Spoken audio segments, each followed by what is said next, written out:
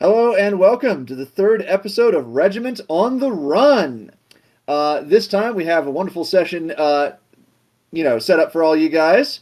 Let's go around the table and once again introduce our characters. Shoggy. I'm Shoggy, and I am playing Urt. Urt is a runesmith, and he is a horrible, horrible little mechanicus version of a dwarf. He is not pleasant. That's one way to put He it. is science. All right, next up, Becky. I am Becky. I'm playing Tyrlock, or Terry, and he is our elven bard and political diplomat. He's also the moral compass of the group, it seems. Which is hilarious. Last up, we have Zach. Go ahead and introduce yourself, Zach. I'm Zach. I'm playing Zan, the Aarakocra monk, way of the Kensei. So he doesn't just fight with his fists and claws, he also fights with a sword and a bow. And he is a mercenary put kind of sort of in charge, not really, but sort of in charge of the group, because everyone's dead and he's got military experience. So yeah. And also because Urt's only suggestion is to surrender to the king of the dwarves. Well, there's also, you have the suggestion of like eating everything with your with Katie. Katie would get full. All right. So last time around, the party managed to make its way past a blockade and get further into the continent. However, now they are faced with a decision of where to go next. They are leaning towards heading south towards Shellback Stand. However, there is some disagreement about this. We zoom in to the wonderful protagonist camp where Urt has just managed to pull off his latest science experiment. I calls it an Eldritch Cannon. It's got a flamethrower mode, a force ballista mode, and a protection mode. This is the next generation. It's slime. Yes. It's definitely just a slime. Yes, with runic crystals in it. Why? Because crystals can't walk, elf. Zan is in the corner, glass blowing. Let me reiterate. Why did you put runes in a slime? What was your thought beyond locomotion? Or just sort of stares at Terry. I think what we have here is a failure to communicate. Zan is sitting in the corner, trying really hard to not pay attention to Urt right now because he's really focusing on trying to finish. He's just blowing off some steam by doing some glass blowing because he doesn't know what else to do. He's just trying to relax a little bit. He's just like, I'm gonna let Terry handle this. Let Terry handle it. It'll be fine. In the middle of this small argument, Terry does mention that it's rather impressive that Zan can do glass blowing as he doesn't have lips. You notice Zan look really, really cross for a second because he's very sensitive about the fact that he doesn't have lips and can't actually physically blow. And then he just kind of motions to his wings and says, Terry's very impressed by the fact that he can do it without lips. It's not a jab. It's genuine and genuinely being impressed. Zan's still a little bitter about it, but he points to his wings and says, I got a little bit of Aarakocra magic. I can make a little gust of wind every now and again. Use that. Urt informs you he can make gusts of wind too. Zan ignores Urt. Yes, every time you open your mouth, Urt. He doesn't even need to open his mouth. Yeah. Terry just looks over to Urt and just goes, flatulence doesn't count. Zan whispers to Terry, I don't think he knows what that means.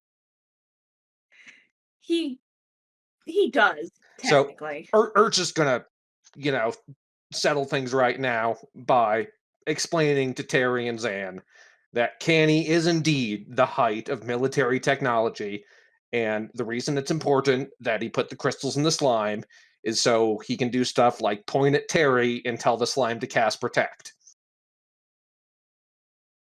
Kenny points a little slimy tendril at Terry and starts screaming, "Kill! Kill! Kill!" Urt rushes over and grabs one of the three crystals out of Canny. Zan inches away from Terry just in case something explodes. Terry is asking, what else is in Canny besides the runes?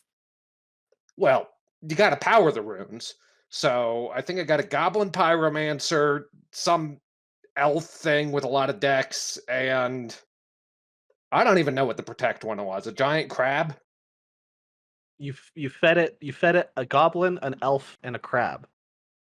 Well, no, I didn't feed it to it. They're inside the runes. Ah, I mean, right. slimes can't talk. Hell! He's literally screaming kill at us. Yeah, that's the souls in the runes. I see. Like, you have read my paperwork on not sleeping near crystals. Terry just, I'm. One day I need to teach you the consequences of toying with souls. Or just doesn't get it. I mean, come on. He has an entire technomagic empire running off of soul magic, and you think it's bad? Yes, Terry does. Zan pipes up and says, I'm not going to get in a whole moral argument with you, but you called this the height of military technology. Have you been able to replicate the giant meteors that wiped out the entire first wave yet? Or just glares at Zan. Give it time. That silence is everything. Zan kind of sighs and shrugs his shoulders a little bit and just kind of goes back to putting the finishing touches on what looks like it's just a vial. It's just some basic. Zan doesn't know what he's doing. He just started glass blowing. He doesn't know what he's doing. He's trying to make a basic vial right now. Roll me a glass blowing check. Oh shoot, where's that on my sheet? There it is. Okay. Wow. Zan did good. Good job, Zan. 10 out of 24. Okay. You are a little bit inexperienced at this, but you get a surprisingly good result. You feel a bit proud of yourself. Ert volunteers to make it summon mayonnaise. Zan doesn't really like mayonnaise. I can do wine, mayonnaise, and ranch dressing? Zan's eyes perk up a little bit at that last one, but says, "No, we'll hold off for actual potions." Oi, Yeah. What? you guys done arguing about this stuff. We gotta decide where we're going next. I think we. Well, Well, yeah, good point. Ert says we're gonna go check out the crystal. You mean that crystal off in the northeast that's like spewing lightning and rain everywhere? Ert nods sagely. That sort of shit we can build into Katie. I'm sure of it. Imagine if Katie could just lightning strike stuff in every direction. York looks dubious. Zan looks to Terry and with some pretty obvious pleading in his eyes says very pointedly, "What about the town instead? You know, where it's not stormy and lightning and where we don't have to pull 100 soldiers through hell in order to get at something that might kill us. Why don't we go to like a safer spot?" Terry just, danger aside, if we head into a town that needs help, we could use that to garner a better reputation. Help with what? Being a shitty backward society? Whatever the town needs help with. I mean, what's the point of your roads if you're not going to connect it to a town? Ert nods sagely. This is a valid point. York has an odd expression on his face, and he says, well, from what we've heard about the town, it's mostly a trading post, so it probably could use a road, though most of the residents are like aquatic. I've heard that there's a bridge, but when we were scouting, we actually didn't see it. Well, then I guess we'll make a visit and see if there's anything we can do to help. Right. We're gonna have the whole military going there, right? Yeah, we'll have the whole force go there. Keep them together. It's safer that way. All right, safer is one thing, but we want to make a good impression on these people, right? York is looking directly at Ert. Ert just glares at everyone. Terry just goes, not even realizing they're looking to Ert, just like bringing an entire army to a small trade town would not be the best look. We should probably take the ones who really just need to stretch their legs, or the most diplomatic ones. So Zan interrupts really quick and mentions that we're not bringing the whole army through the town, but we are going in that direction. So we need to bring the whole army with us. And then we enter the town. I agree with you there, Terry. We enter the town with a few. We don't pull the whole army charging through the town, but the whole force needs to move in that direction. Right. Well, how about this? I'll stay here and get everything ready, everyone packed up and ready to move, and you guys scout out and give us the word on whether we're going to the town or not. And take the lizard with you. The lizard. Ert, ert, That's not the lizard. That is a giant goblin. ert. A large goblin voice is calling out from Katie's tent. Oh, God. Zan says to Ert, I think he's calling for you. Ert just sighs and walks outside. Terry looks to Zan when Ert's out of earshot and just, if the giant goblin keeps Ert busy enough, that is a positive to this team. Zan responds to Terry, yeah, that's kind of why I let him keep it. Meanwhile, you head outside to notice that Katie has apparently lifted Lung Thunk into the air and is now acting as a unwilling jetpack.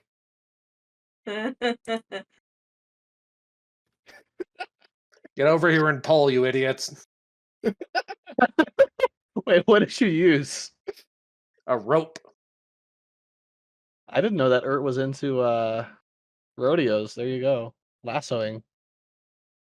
All right, so has his work cut out for him, pulling Lung Thunk and Katie back down to the ground.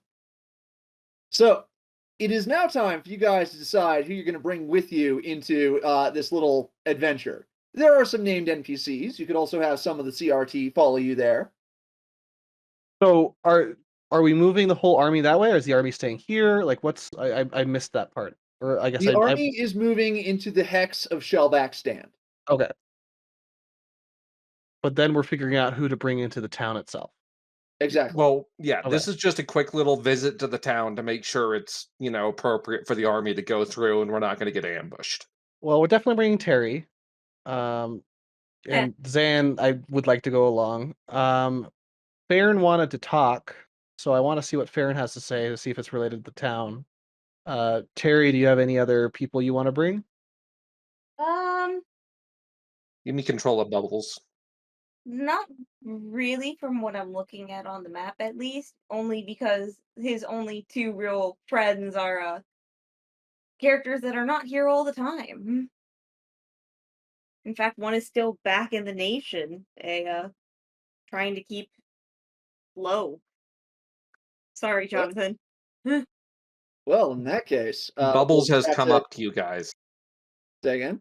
Bubbles has come up behind York. York looks back and goes, jeez. How are you so quiet? Bubbles just... I practice? That's actually a good explanation. I would like to say that as the officer of cultural exchange and civilian interaction, Zan we rolls have his not eyes been- heavily at the name. As soon as he hears that name, he rolls his eyes so heavily. Keep going. Are we going into town? Because there's some cultural exchange that needs to happen here. Regarding food? Just Terry just looks to Bubbles and just, are we going to try and sell them on the idea of the instant turkey runes, or are we going to try and sell our army on actual food? Well, I mean, Bubbles starts going into this whole spiel about how ethical magical turkey legs are compared to other things. And how no one has ever gotten sick from eating a magical turkey leg, which is a lie. Zan has personally gotten sick from eating a turkey leg, so he shuts Bubbles up Zan? pretty quick. Yeah. That was the hat of vermin. Or just told you it was a turkey leg to see if you'd eat it. I thought we couldn't eat hat of vermin rats because they poof as soon as you kill them. Well, you did get sick. Mm. I see. But Bubbles has been hanging out with this guy who's been organizing this whole cooking thing. Yeah, Catechus Temple is the name of him, and he is volunteering to come along as well. Catechus Temple is the guy who wants to do a little bit of investigating on this cooking thing. And as in, Catechus wants to cook actual food. Yes, as an Terry likes experiment. Catechus. Mm. Zan also likes Catechus because Zan and Terry both actually eat food, like real food. Bubbles assures you that Catechus has done amazing things with ethically sourced turkey legs and mayonnaise. It just Catechus sighs and says, "Yes, with the turkey legs and mayonnaise, but I've also tried putting actual plants that I found around on here. Like, a lot of people seem to actually like the plants, as long as you don't point it out that, they're coming from the ground." Zan looks to Catechus and looks at Bubbles. Is like, you people are so. That's all plants come from the ground. It's this is so frustrating. Terry looks to Catechus and is just like, look, while we're there, since this is going to be a mostly water-based town, I want you to look for something called fish. It is a meat. If you prepare it correctly, it's delicious. I have a couple of recipes, and I'm willing to give them to you. Catechus indignantly says that he totally knows what a fish is. Mm. They're like long and white, right? Uh, uh, what kind of? Just What's the name of that fish that you're talking about? There is no fish like that. Yeah, I'm sitting here like I've never heard of a long white fish. Terry, just a fish is an animal. Bubbles nods sagely. She grew up on a little pirate village that was, liberated by the Empire. Terry wouldn't call it liberated. They taste like sadness and captivity. Sadness and captivity. Okay. Yeah, Terry's not gonna touch that one. Just looks to Catechus is like, just find fish. Trade for fish. I'll give you recipes. I would love to eat more than turkey legs. Catechus says that he will trade, but he makes no promises about the rest of the troops actually eating it. They've had a difficult enough time with some of the more exotic spices. That's okay, because Terry will eat the fish as long as he Zan follows a recipe.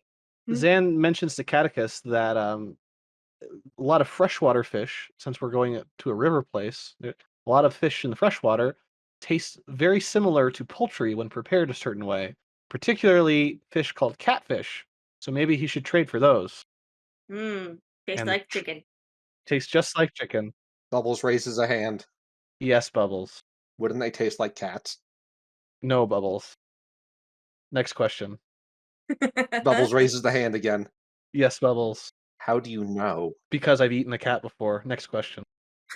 Bubbles just stares at you in horror. It just Zan Terry just licks his beak. Oh my god, Zan. Zan also mentions, kind of offhandedly, that he's eaten lizard before too, while looking pointedly at the Dragonborn.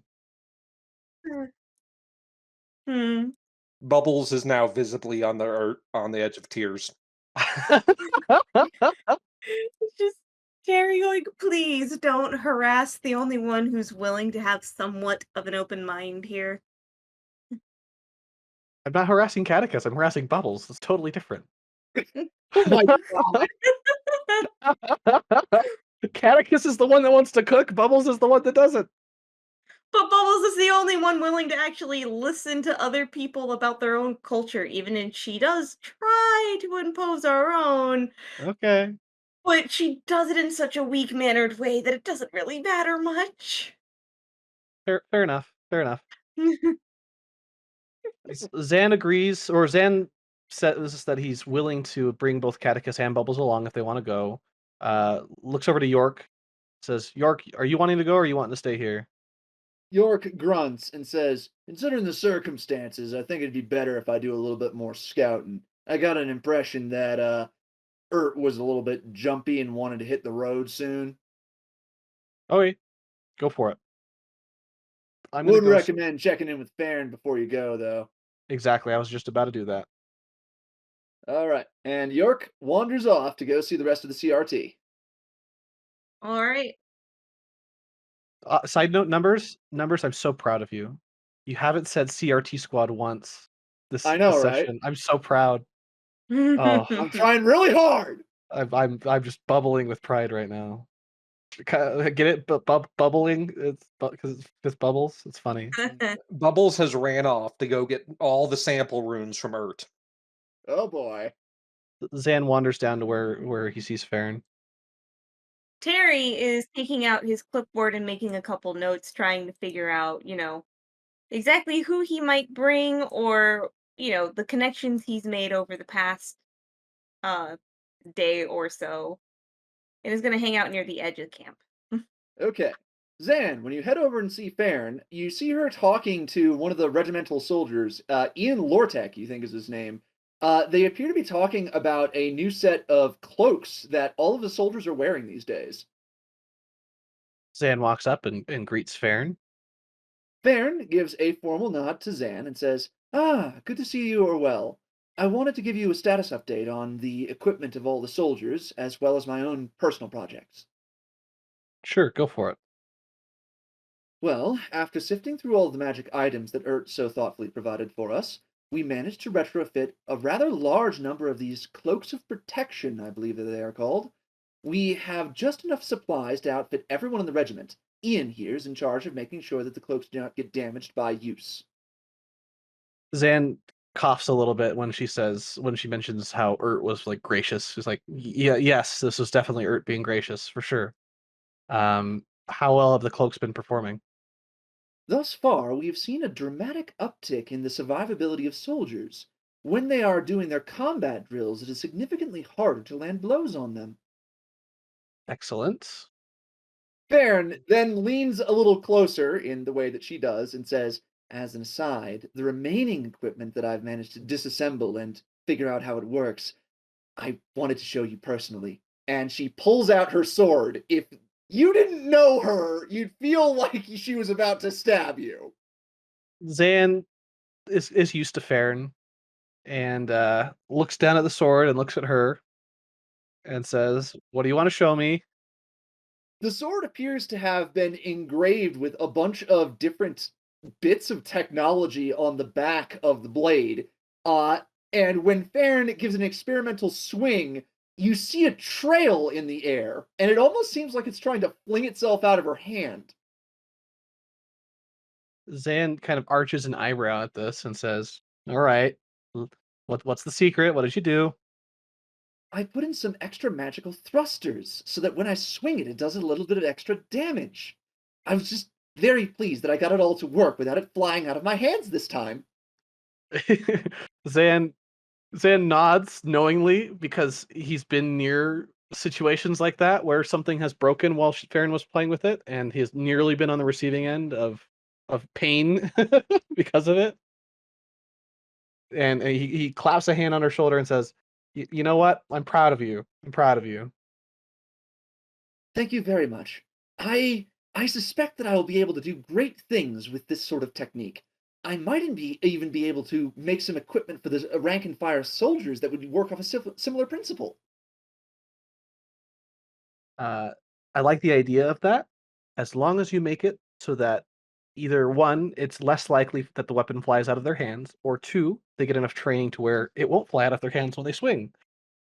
Oh, I assure you, it's perfectly controllable, and exactly as she says that, the sword flies out of her hands and immediately into the ground. Zan looks down to the sword, looks up at Farron, looks down at the sword, looks up at Farron, and says, "Right, work out that bug for me." I will. Oh, I also wanted to mention the remaining magic items, most specifically the ones that I disassembled. We were thinking that we might be able to acquire some of the local currency by exchanging them for goods and services when we are in this next town. I believe it's called Shellback Stand. Okay, how much do we have for trade? Well, we have rather a lot of, well, scrap and things that can't be put to an immediate use. But since these people are reputed to be traders and merchants, they might still be able to make use of it. Where are you keeping the extra stuff? In the, well, rather unique bag of holding that Ert gave us. Zan freezes and very slowly asks, "Where is the bag?" We are currently keeping it inside of a construction of stone so that it does not expand too greatly. Okay. Where is it? Where's the mouth of the bag pointed? Away from camp, we've had several other Okay. incidents that taught us the necessity of this. Zan relaxes just a little bit. Just a little bit, but he relaxes. All right. How much do you think we could get off of that? Your best guess. Well, I'm not sure. I'm not used to using the currency of the mainlands. It appears to be these little gold coins. Um, Question for the DM: does anyone in our group know like roughly the trade value of the currency? Would Zan know? York would probably know. York would know. He already went off. Dang. Okay. Alrighty. Zan thanks Farron and says we will definitely look to trade that material off, especially like there's he verifies there's no extra use that we might be able to make of it, right? Farron shakes her head and says, "Not with our present level of understanding. It would be more useful as raw resources that we could use to trade and barter." Sounds good to me. Anything else? No, that was more or less it. Oh, but Pep wanted to reassure you that she is feeling almost 100% again, and thank you so very much for helping her out. Of course. Anytime. Very well. Now I just need to. And Farron notices that the sword that leapt out of her hands has been slowly burrowing a trough in the ground. She's gonna go fix that. Yes. Please do. By the way, DM question. Are 60 out of 100 soldiers, is it still 60 out of 100 that are combat ready, or have any healed in that time? Nobody has gotten the chance to heal up as yet, but Okay. considering the circumstances of today, there might be a chance for people to get some medical attention, for people to patch themselves up. Okay. Who would be the? Is there a person in the group to talk to about that? In the regiment to talk to about that? Would Ian be a person like that, or?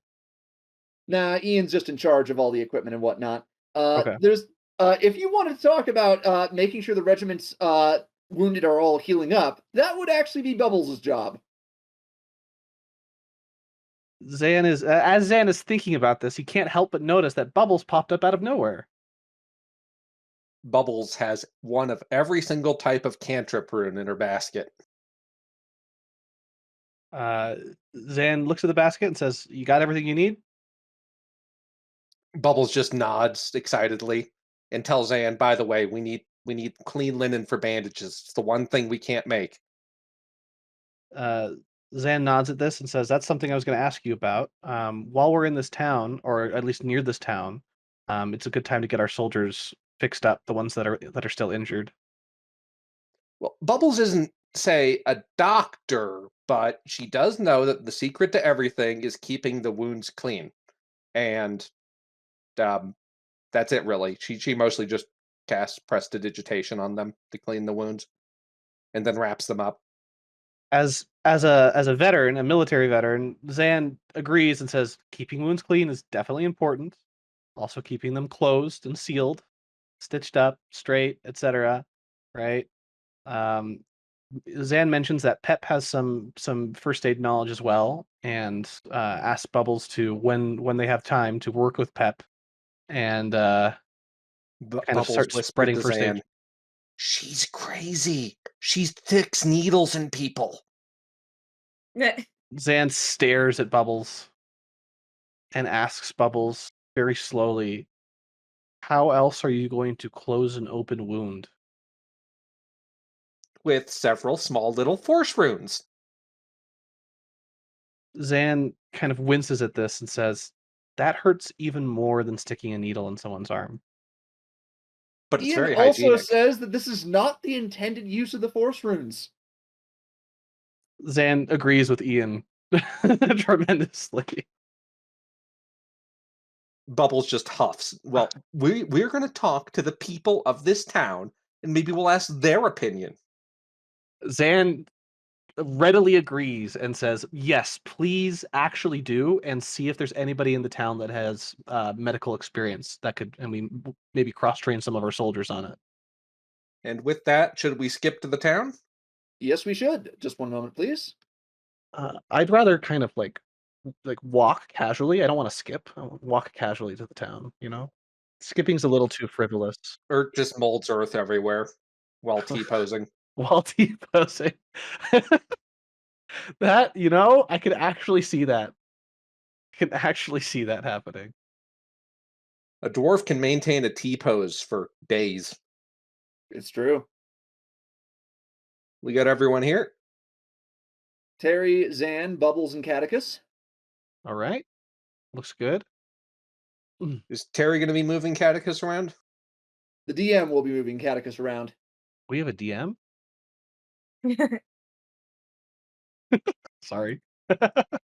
This town is damp. This Very town much is so. very damp. As you approach, you notice that Tavern. Sorry. you thought at first that the town was on the edge of a river. Now it seems like it has been engulfed partially by the river. It is also notable that a lot of the buildings around here are showing visible signs of disrepair. Some of them even look abandoned. Okay. As you start walking into town, you notice that there is a turtle who appears to be shuffling along, and he looks up and sees Bubbles and goes, another one of you. Greetings, kind sir and or madam. We come from the far off and advanced island of shit. Yeah, Fine. that is in character, isn't it? Yes, it is. Terry will gently nudge Bubbles just to let Bubbles know that, they can stop and just work on your script, dear. Mhm. The turtle is looking with a little bit of suspicion at Bubbles, looks over at Terry and says, "You here to trade?" And just Terry, I do apologize for my friend, but yes, we are. In fact, part of her spiel was to mention that we dabble in runic magic, and if you have a need for some magic, we can trade. The turtle furrows his brow a little bit, and then he says, "Well, if you're here to hawk your own shit, you'll probably want either the tavern or the quartermaster. Quartermaster is just over there." And he points to a building that appears to be partially submerged. Bubbles raises her hand. What? So, which quarter is this? The north quarter? The west quarter? Quarter as in supplies. Bubbles is just very embarrassed. Zan whispers to Bubbles, "Bubble, we have our own quartermaster as well, and it's not a north, south, east, or west quarter. It's just a quartermaster." No, that's Ert. Yes. Zan walks up to the turtle. By Bubbles. uh, walks up to the turtle and says, "What if we have things to sell as well?" You probably still want to go to the quartermaster. I mean, most folks around here don't have all that much coin. Okay, makes sense. Do you guys sell clean linens by chance for bandages? Oh yeah, we got a few washed up. You have a few washed up, as Yeah, in the ones that are clean or ones that you found along the shoreline and picked up. yeah, both. Zan nods and then kind of whispers to Terry, uh, "Whoever's doing the purchasing there needs to make sure they're actually clean first." And just Terry looks to Zan and goes in a very monotone flat, just as if Ert was here going, why? Prestidigitation ruins are a thing. Catechus shuffles up and says, "Yeah, they actually are built to do that. So theoretically, any linen that we get could be cleaned." Mhm. Out of character question. So prestidigitation actually disinfects. It doesn't just like remove like dirt and stuff. It actually disinfects things. Correct.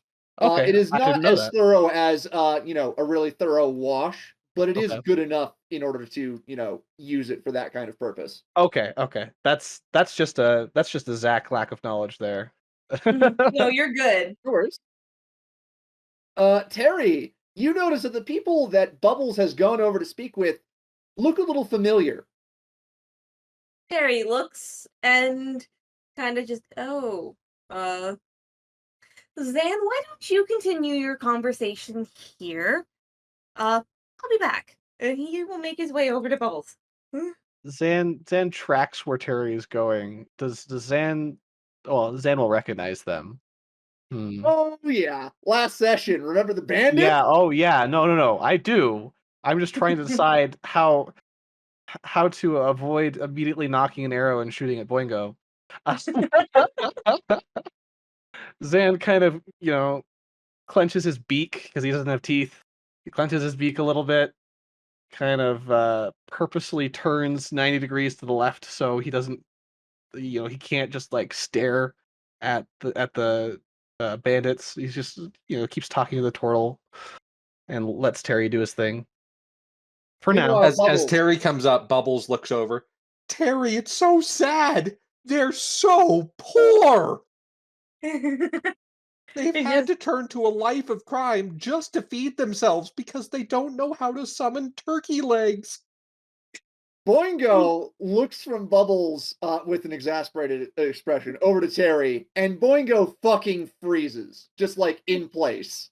And just Terry looks to Bubbles and goes, oh, yes, Bubbles, I know, it is very sad. Why don't I handle this? I know these two. Bubbles tearfully hands them each a turkey leg and then wanders off to hand out more turkey legs to these poor, starving people. None of them object to being given a turkey leg, although Boingo does not eat it, just looking in fear at Terry. Snowblind, for his part, is just, Boingo, what's going on? Boingo says, remember about a week ago when Snowblind also freezes? And just Terry, oh, yes, and I'm the one that convinced everyone to let you two live.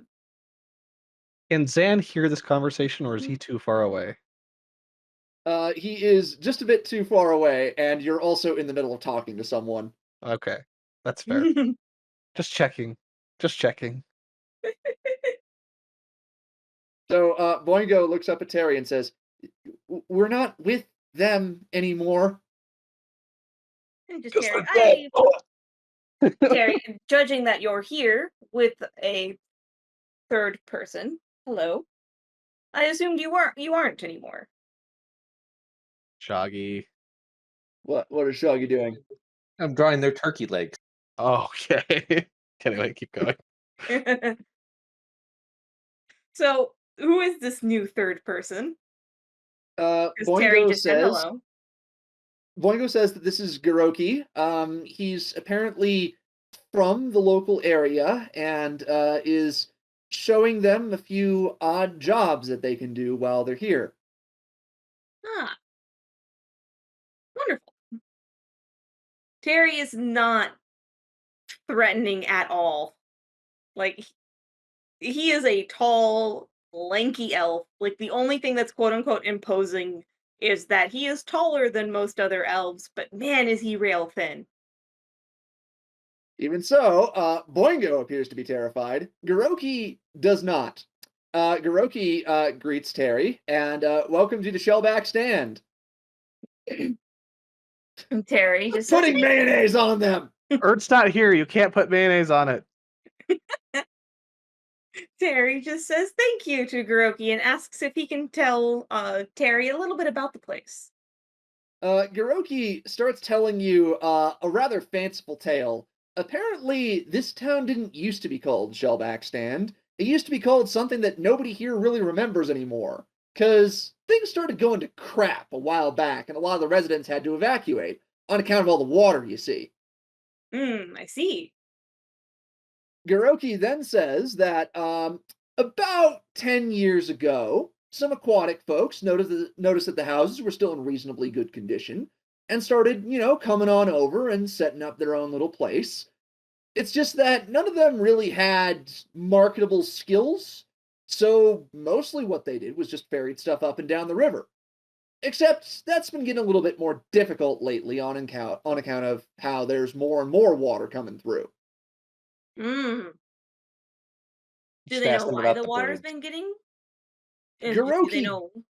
Garoki is not personally familiar with the story, but suggests that if you want more information, you should go ask at the tavern. Or if you find Salty Tom, go ahead and ask him. All right. Terry then looks to the other two and just gives a little nod to Boingo and says, just like, I let you two live because I could tell that you guys were not doing what you were doing out of a love for banditry. Boingo hesitantly says, "No." So, I've given you a bit of a second chance. What kind of second chance would that be? We need some people who know this land a little bit better than Terry motions over to Bubbles. The the one who thinks trying to exchange culture meaning that she just shoves turkey leg rooms in people's faces. I You mean, look over, and Bubbles is casting prestidigitation on people to clean them. this is not going over well. But you're so filthy! So, Terry, the their two reactions to this? He's uh, essentially Boing- offering them a job as their resident vegan experts. Boingo says that I don't actually know the landscape all that well, and Snowblind's just a kid, and he can't even see. And Terry nods and looks to them and goes, but you two know more about the culture of Vigas more than I do. I only heard of it through stories. Boingo asks what kind of thing you'd want to know. Just him going, well, what I know is back from the Iron Wars. That's a long time ago. Yeah. Okay, that makes sense. So I'm willing to offer you two a spot within our group. Ooh, It is an army from the invading forces, but we're no longer invading, we're now refugees. you're gonna have a really hard time convincing Zan. You're gonna have you're gonna have to roll freaking good, dude. And one of the first things we'll have to do, Terry points over to Zan, just and then down to Boingo, you're going to have to apologize to him and his crew. Zan has a very tight fist wrapped around the hilt of his sword and is really trying not to look over towards those two right now. Trying The really turtle is hard. just staring at you like, what the hell is wrong with this guy? He's intense. Yeah, right? But Boingo is trembling in a bit of fear and says, "Uh, right now?" And just Terry, it would be better to do it now than later. I don't exactly want to smuggle you into camp and him to find out a week later. Oh, if that happened, there wouldn't be a Boingo left, homie. God. You might find Boingo roasting on an open fire, homie. Anyway. Okay, so Boingo hands their turkey leg over to Snowblind and says, I'll try." Oh, Terry is shoot. going to come with Yeah, Boingo. good idea. Good idea. I'm about to Terry say, asks Skuroki to please stick with Snowblind. They'll be right back. Hiroki cheerfully agrees. Also, why is everyone so scared all of a sudden? Terry walks over to Zan with Boingo in tow and tells Zan to just hear her out. Zan is staring intensely at Boingo, does not blink, does not look at Terry, squares up to Boingo. He's, 6'4", something, just absurdly tall for, his wings are taller than his head. And he kind of flexes his wings a bit as well. And just stares without blinking straight at Boingo. Boingo takes a half step forward and then bends over in a bow and says, Mr. Zan, I'm sorry for what we did to your comrade. Zan does not say a word. And just Terry looks to Zan and goes, Boingo and Snowblind will be coming with us. Zan does not take his gaze off of Boingo, but opens his mouth and says, "Oh, really?" Terry, yes, because my suspicions were true. They were not doing it for the joy of the job. No, sir. I don't particularly care why you were doing it. I more care about the 3 crossbow bolts that were embedded in my friend's chest. Terry looks to Zan and goes, and you're not going to consider the idea that other people have had these same feelings as you have for what you've done to others for a mere coin. Zan takes his eyes off of Boingo and stares very intensely at Terry and says, "No one has ever had those feelings because they're not alive long enough to have those feelings." Really? What about the families of the people you've managed to kill? I've never met them, True. so they probably don't know it was me. But now those families they may not know it's you, but those families will never see their parents again. Bubbles has wandered over in the middle of this Mhm. incredibly awkward conversation. Hi, Bubbles. Terry, can I help?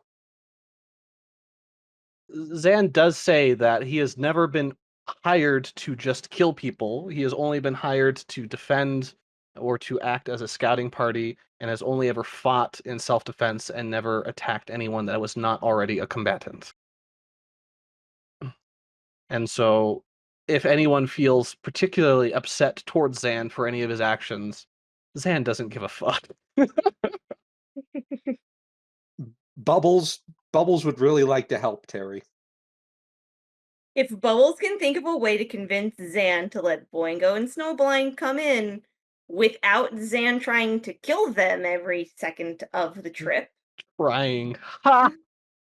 Bubbles immediately casts the friendship cantrip on both Zan and Boingo and tells them to shake hands and be friends. Oh my fucking god.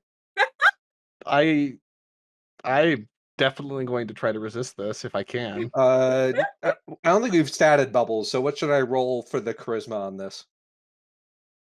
Oh boy. Well, Bubbles has the stats of a generic squadron soldier. So what? 0 charisma modifier, so just 2 1d20 rolls? Correct. Hat. Double hat. So it turns out that Bubbles isn't particularly persuasive. So this lizard chick has come up and she has cast offensive magic on both of you. Zan squares up to Bubbles and takes a few steps closer and gets within 5 feet of Bubbles. His hand has not left his sword hilt this entire time, by the way. But Bubbles is like holding out her hand and just sort of like bumping it against your crossed arm. Shake. Zan grabs Bubbles' hand and shakes it way too hard. Roll me an athletics. Me? Yes. I'm not trying to rip her arm off, but I am trying to make a point, so Yes, go ahead and roll the athletics. 15. Bubbles is shaken around rather violently. It is an unpleasant experience. You're not making a good impression on the local Zan. Bubbles is very disappointed in you. Catechus grabs Bubbles from behind and says, Zan, how about I go talk to her for a minute? Zan lets go of Bubbles and nods to Catechus and turns back to Boingo. Look, Zan, look at her. And then points back to Snowblind and look at him back there. You're looking at somebody whose hair is pinker than I can ever imagine to be natural. And Yeah, exactly. It's a great target. a child, a literal child. Yeah, on inspection, Snowblind is rather young. How old is Boigo, by the way? Boingo appears to be an adult. However, they're still very small and still trembling in fear. I'm assuming an adult, but like they've only just become an adult.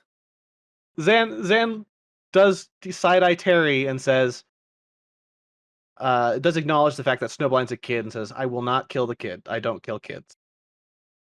Boingo tremulously says that Snowblind lost his parents at a young age and might have some sort of magical talent that people were trying to figure out, but they didn't have time because nobody had the patience to actually talk to him about what he could do. Zan is still staring at Boingo and is a little confused because he already said he's not going to kill Snowblind. Right? He's a kid. He kind of opens his mouth and says, "Yeah, everyone's an orphan. Who cares?" Just really, really bluntly, like, "Yes, orphans. Woohoo!" Harry looks to Zan and goes, "Excuse you, I have loving parents." Zan ignores Terry. Just stonewalls. Full. My parents live back in Prestova. Um, What's their social security number? Just kidding. I, I got banished from Prestova. Zan narrows his eyes because Frestiva is like it was one of the two groups that he actually liked. So this is not going well for Boingo. It was Frestiva and Patrol? the patrol were like the two groups that Zan was okay with. And all right.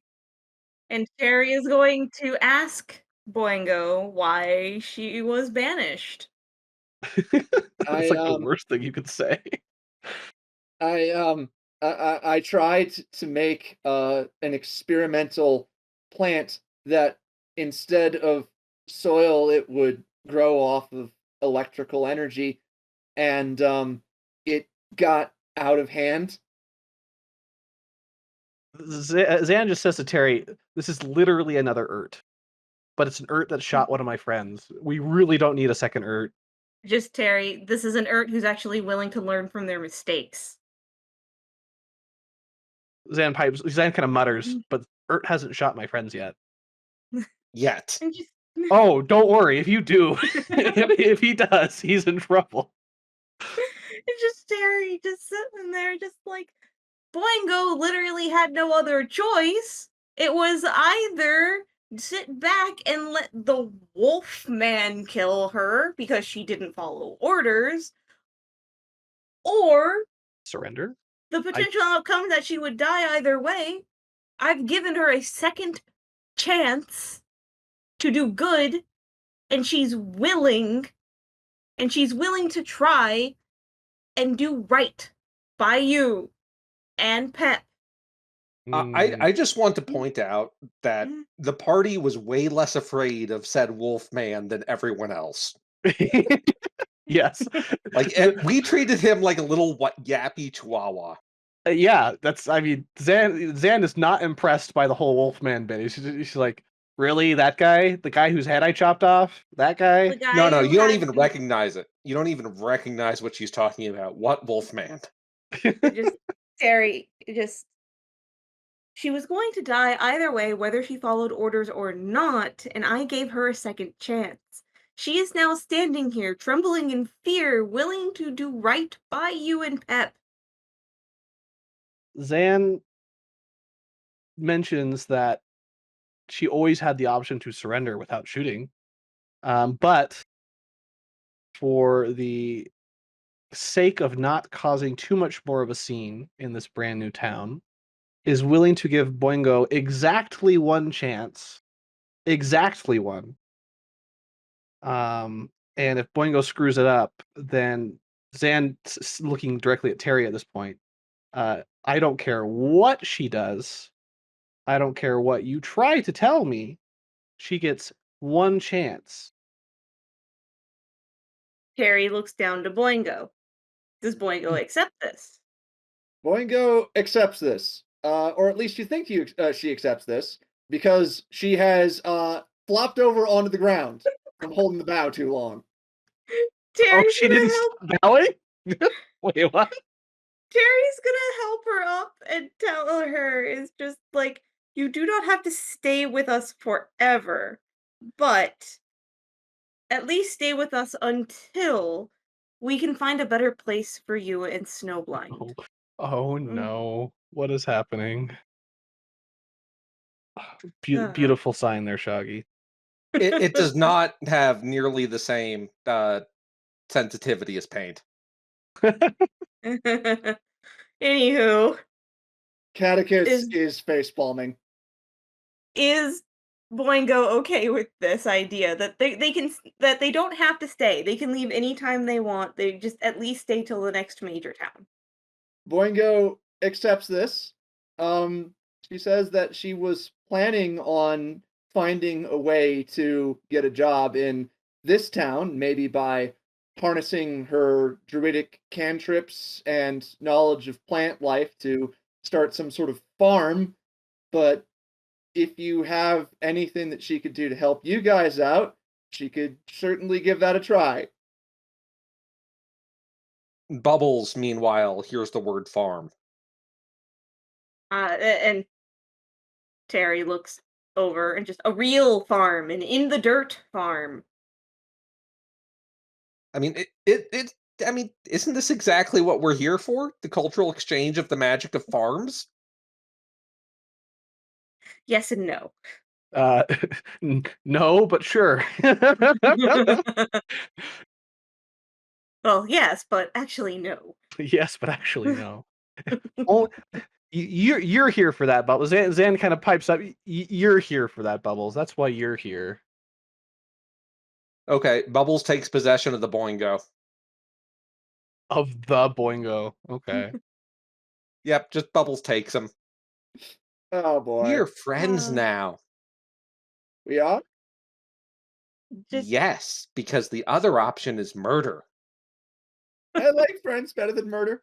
Yeah, if Boingo looked behind him as Bubbles said that, Zan is still staring directly, boring holes in the back of Boingo's head, hand on sword still. Sorry for the Terry's rain. gonna pat Boingo's shoulder and just say, if she gets to be too much, you're more than welcome to find me again. I'm gonna go and get Snowblind. Zan marches over to the quartermaster's door while this is happening, just kind of over it at this point. Okay. So let's gloss over the scene with Terry and Snowblind because that's been happening enough lately. Bubbles, do you want to join Zan? Bubbles has been handing out free cantrips. Admittedly, most cantrips aren't actually useful, but she's been handing them out anyway. Bubbles might have a scorch mark on her clothes because someone tried to try out the, firebolt rune as soon as they got it. The Firebolt and the Eldritch Blast have been confiscated, but not the Decompose. Of course. Zan side eyes Bubbles and asks Bubbles, "Did Ert really okay you giving away free runes?" Bubbles just shrugs. They're cheap. She has a budget, an official budget, like on paper. Does she actually? Yes. Does she actually? Yes. Can Zan look at it? Actually, yes. Bubbles starts pulling out numerous papers. Well, She's just so amazed that someone cares.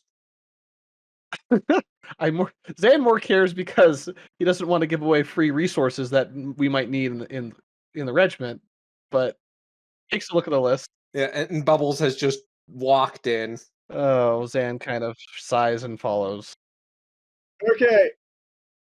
You walk in and you find a turtle who is hunched over a desk and he's looking at Bubbles and says, "Free magic."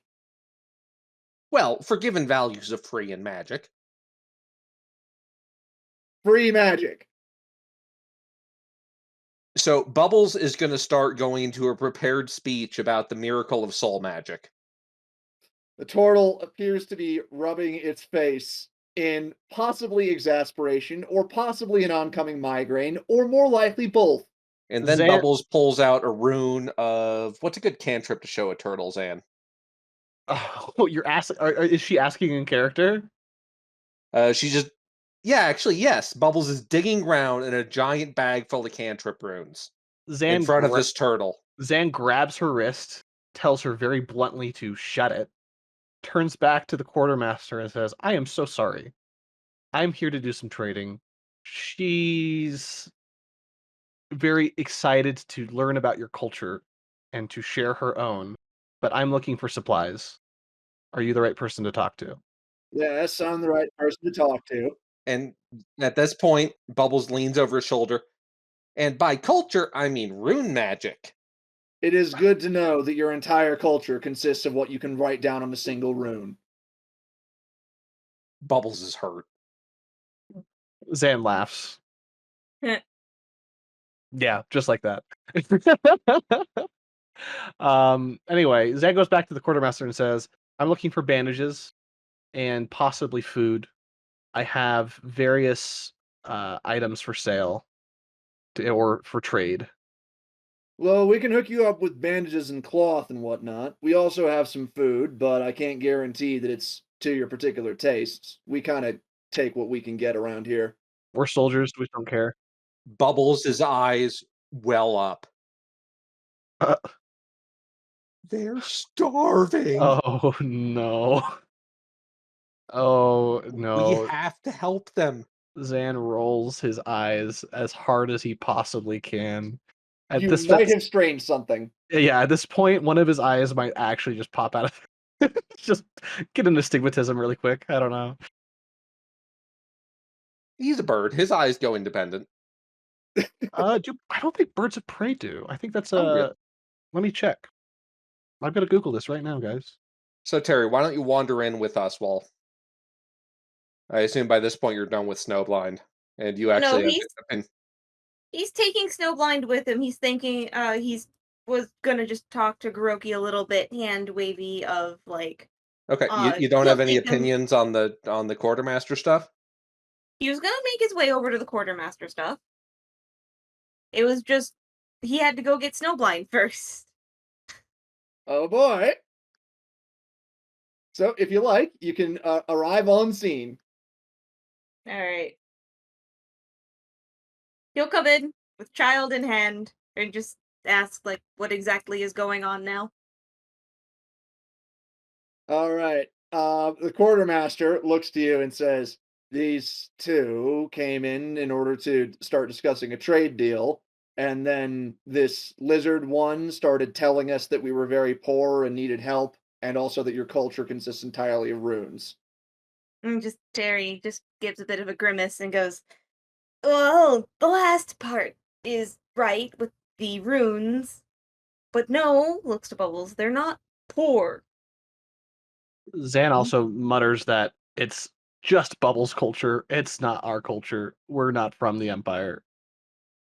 And just Terry looks to Zan and goes, "Unfortunately, I am." Zan rectifies his statement and says, "I'm not from the Empire. I actually have a culture." Bubbles is just so hurt by this. The turtle gives a sigh and says, "Whether or not you guys have a culture is not something that I'm particularly interested in. We're a trading post here, and if you want to trade, we can trade. But unfortunately, things are going to be a little bit dicey at the moment. The river's getting very volatile." Terry just, "I've heard of that. Do you happen to know why?" Well, we think it's the main tributary of the river these days. The big storm that's been happening up in the northeast. Bubbles raises a hand. Yes, Bubbles. Does he mean Ertz crystal? I don't think it's Earth's crystal.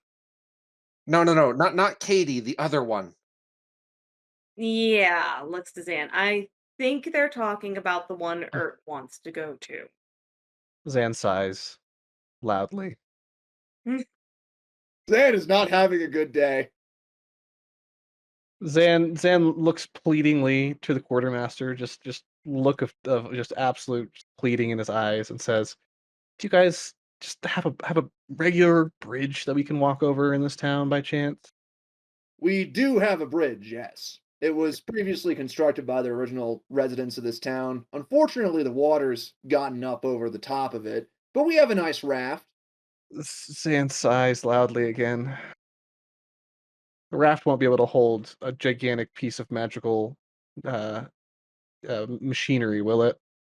Well, given the last time you saw it was floating. Fair enough. We might be able to do that. We would, of course, charge for passage. Do you take turkey legs? Zan silences Bubbles immediately and says, "What a we just built a road connecting your town to a town up northwest. How's that for payment?" You did?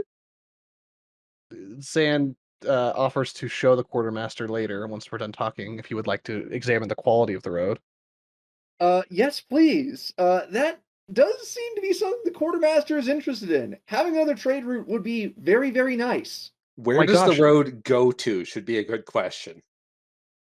I don't remember. Like Zach doesn't remember. No, it just goes to the middle of a battlefield. Yep. Is it just straight to the middle of the battlefield? Okay. Yeah, it goes nowhere. Isn't there a town right next to the battlefield? Well, There yes, is but it a town doesn't right go next to the to it. battlefield. The one that bombed you. Well, it's not gonna. They didn't bomb these guys, so they're probably friends. Maybe I'm saying this out of character. It it goes to town big tower fireballs. The turtle looks thoughtful for a moment and then says, I think I know that one. I could get out a map and double check. Zan also pipes up and says, "Once we cross the river, we're also going to continue building a road as well." I see. Well, then that would bring in a lot of goodwill, yes. In that case, we might be able to hook you up with some supplies. Zan likes this. Kind of slightly preens his feathers a little proudly, like, I did a good charisma thing. Good job, me." Bubbles is going to chime in. A road's not going to do much good if you don't have a real bridge. Terry, just if we can fix their water problem, they can fix their bridge. Or we could just build a bridge. Ert says he likes building bridges. We can just build a bridge, but if we just build a bridge, the water will just make it bad again. Zan is sitting here, really doesn't want to go to a stormy place. He's a bird. Birds don't like storms. But the second, like he was about to agree with Bubbles about the whole building a bridge, but then she mentioned having Ert build the bridge, and he kind of Yeah, Bubbles is seriously proposing just having Ert come down here and mold Earth the bridge up 10 feet. and Zan kind of deflates a little bit at the mention of that idea. It's not gonna work. Looks over to Terry, is like, "Yeah, you're probably right." Looks over to the quartermaster. "You sure that lightning stone thing has something to do with the river problem?" Oh, yeah. Salty Tom was the one who actually went and examined it. He's usually reliable about these sorts of things. Who the hell is Salty Tom? Outside, Catechus is talking to Salty Tom. You're welcome. Okay, but the quartermaster says that you can usually find him hanging around the main square. He has his eyes on one of the abandoned buildings for his new quote-unquote pirate den. Bubbles is shaking with terror suddenly. Zan ignores Bubbles. The quartermaster looks over to Bubbles and says, Did I say something out of turn? Pirates. Zan just tells the quartermaster that Bubbles is just a pansy. Just you'll have to get used to it. The quartermaster informs Bubbles that Salty Tom is not a pirate. He's just an idiot who thinks he's a pirate. Zan pipes up, "I feel like I've met a lot of people like that since coming here." Good point. So should we head out to speak to Tom? Looks like it. Yes, but Zan also wants to sell that stuff really fast too, and get some Okay. gold for it. In that case, we can hand wave that particular portion of it. Terry does ask if if the quartermaster happens to have any kind of pamphlet or something on the currency of the mainlands. As it turns out, yes. He goes over towards an old bookcase and pulls out a positively ancient series of little pamphlets and hands a set over to Terry. And then, on consideration, he hands the entire collection over to Terry. Just get rid of it, please. I don't want them anymore. Take them away. Harry thanks him because I'm assuming that this is just a comprehensive collection of little pamphlets that explain currency in Vigas. Yes. Good. Terry thanks him. Some look like they are geared towards small children. Some look like they are geared towards eldritch abominations from outside of reality who have no idea what a physical object is. Perfect. Some of them look like they are geared towards elves. Zan points at the one for small children and says, "Save that one for Ert." Bubbles grabs it. It says their currency is based on dragons? Terry's no. Looking at it on his own version, just it says it's gold. Yes, and apparently, the price of objects is largely determined by how much a dragon is willing to pay for it. Oh shoot. Bubbles just, her eyes open big. It's like, we have so much to learn from them. I'm sitting. Wait, like out of character. Pause. There's a pause at this, and he goes, "Weren't dragons extinct well before the Iron Wars?" The turtle says, "You'd think so, but apparently they've been making a comeback. They've been part of the patrol for rather a long time at this point." Zan nods his head and says, "I knew there was a reason I liked the patrol." What is Bubbles' reaction to hearing that dragons are apparently back from extinction? Bubbles is just so into this. She is so into dragons. I mean, she's I a wonder dragonborn, right? why. Isn't she a dragonborn? I Yes. thought she was. Okay. I thought she was a kobold. Good question. Wait, yeah, which one is she?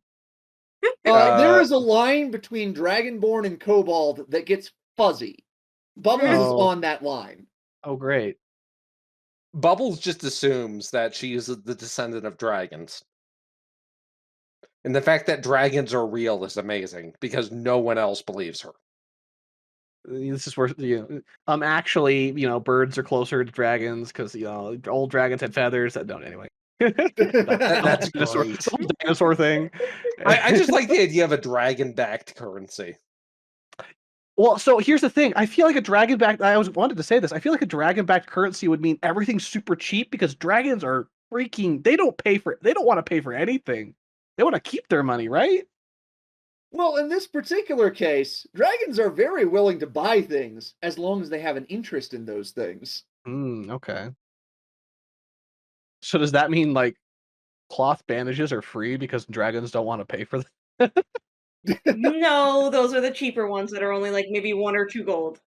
Dragons only pin down what gold is worth in magic items, I assume. Fair enough. Okay. Right.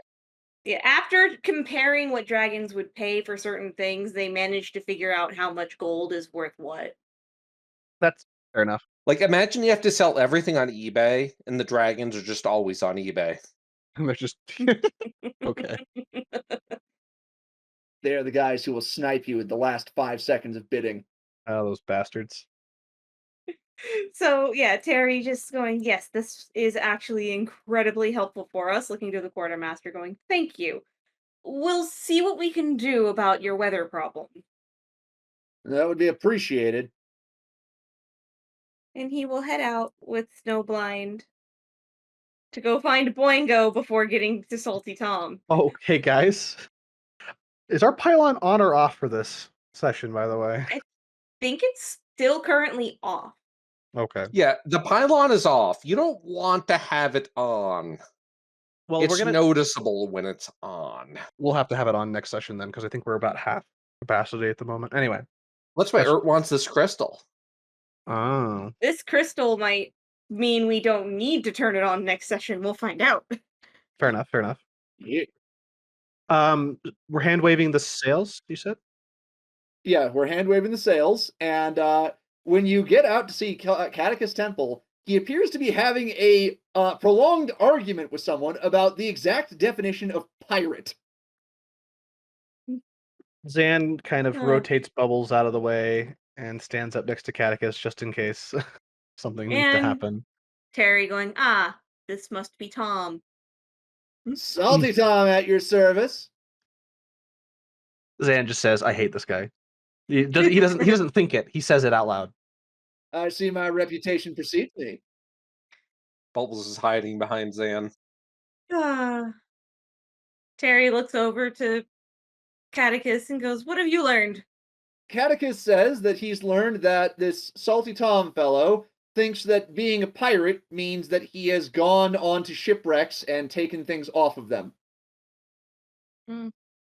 That is Bubbles art. pops up behind Zan and is like, no. Salty Tom looks over at Bubbles and says, "What, you want to argue with me too?"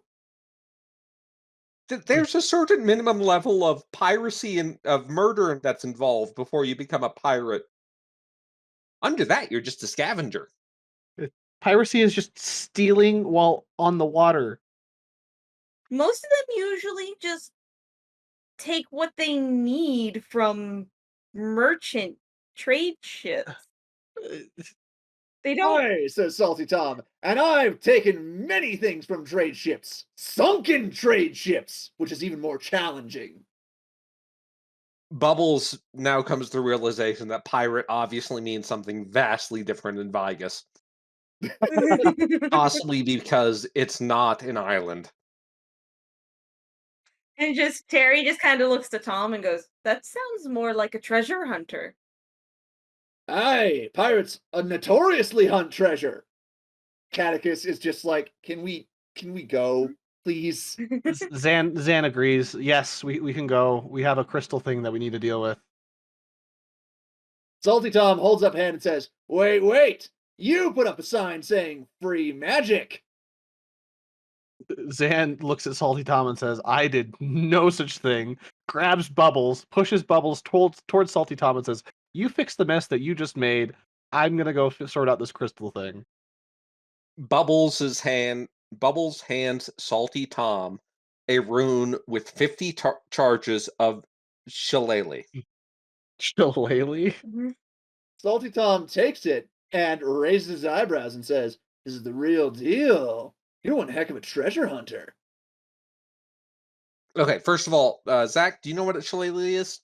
My mind is blanking right now. Becky, you know, right? A shillelagh? Yeah. Okay. Is an Irish club, and in the context of 5e, shillelagh allows you to add your wisdom modifier to attacks and damage rolls with a club. That's it. It is an aggressively useless cantrip unless you like hitting people with clubs. Bubbles has just given Salty Tom the hit people with clubs cantrip. I see. He's got a stick. It's the summon stick cantrip. Salty No. Tom stows the rune into a pocket and he says, "So, you got a source for these things?" Now, Bubbles is going to launch into a rambling, incoherent description of the Empire way of life. This Oh is my probably a God. good time for the rest of you to start dragging everyone towards the exit. Zan is already like almost gone. He is super over this trip already. Terry, do you want to have any input? Uh, I probably brought Catechus with me because I think Catechus was pretty over it as well. Yes. it's just more of like, yeah, here, take your free magic. Now let's go. And just I'm not even gonna bother. It's just like, all right, Bubbles, let's go. You gave him the magic. Time to take down your stall and let's go. And no one realizes that Bubbles has just handed this guy something that's worth how much charges are in a scroll? 1? Yeah, so So a I've lot just of handed this fucking guy the equivalent of 50 scrolls. Yeah, and the most this man's gonna use it for is hitting people while drunk and getting himself banned from the tavern. Exactly. Who allowed Urt to make 50 scrolls worth of magic of that That cantrip? that's how much is in every rune. There's a reason that Bubbles gets all the shitty runes. Oh my God. As a side note, Zan kicked over the stand as he walked past it. Oh boy. Okay, so Bubbles, I want you to go ahead and roll me a flat d20. This is your ability to be coherent, Bubbles. Oh.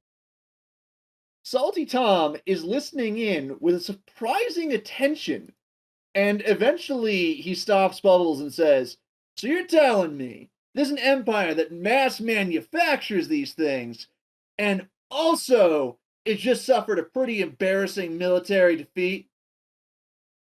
Incredibly embarrassing. They're probably gonna kill us all. Salty Tom gives a nod and he says, "So, what you're saying is that there's hundreds, if not thousands of these runes just sitting around up north, and you've made a road straight to it." A very good road. Terry just looks to Bubbles, then looks to Tom and goes, "They're not left alone. They are with our army." Oh no, he's talking about the corpses. Except for the corpses, Terry. And just Terry just looks to Bubbles and goes, "They're corpses. They It's the can't." cycle of life. Just Terry. This is coming from the person who was crying about me eating a freaking lizard? It was a very cute lizard. Oh my gosh. Bubbles, you are fucking incredible. Salty Terry looks Tom to Tom and claps goes, Bubbles on the shoulder and says, "Miss, you've just made a great friend today. If this is half as Terry. profitable as I think it's gonna be, we're both gonna make a fucking mint." Nope. Terry puts Bubbles behind her and looks to Tom and goes, "Listen, what she's telling you is she's only telling you the first step of what's going on, and I refuse to let her tell you exactly how to make these runes. Because all you're going to find are dead bodies up there. There's no more magic. They're dead bodies. Bubbles No leans over souls." Terry's shoulder. To make more runes, you need a dwarf. Terry slaps a hand on top of Bubbles' mouth and just, "Bubbles, stop talking." Bubbles stops talking. Zan Salty is Tom gives a grin and says, "So what you're saying is that there might be a little bit of an investment getting these things to work." And Terry looks to Salty Tom and goes, "Sure, if you want to commit actual legitimate crimes on Vigas in the mainlands." Well, hey, sounds like someone already went to all the effort. If there's a whole bunch of debtors just sitting around holding these things and not making use of them, I think I could put them to good use. They're probably not there anymore. yeah, it probably got looted. Was it been 2 weeks? 3 weeks? It's been about 2 or 3 weeks. Yeah, Yeah, Terry, they've just like, almost it's been certainly been like, looted. yeah, Terry, it's been 3 weeks. Asshole Patrol was already there to begin with. I'm pretty sure anything important and valuable has already been looted. So what you're saying is that the only worthwhile stuff left would be the stuff that people don't notice. You could say underwater. None of them are underwater.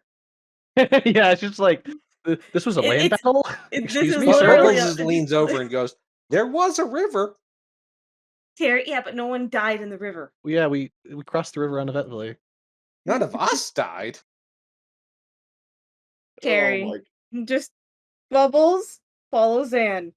Zan is getting really impatient at the fact that no one's followed him yet, and comes back and forcibly drags. He didn't hear any of the conversation. He doesn't care what's going on. He just grabs Bubbles is Bubbles and pointing drags at the him. turkey leg with mayo just lying on the ground in front of her. It's like, they didn't eat it, and they're starving.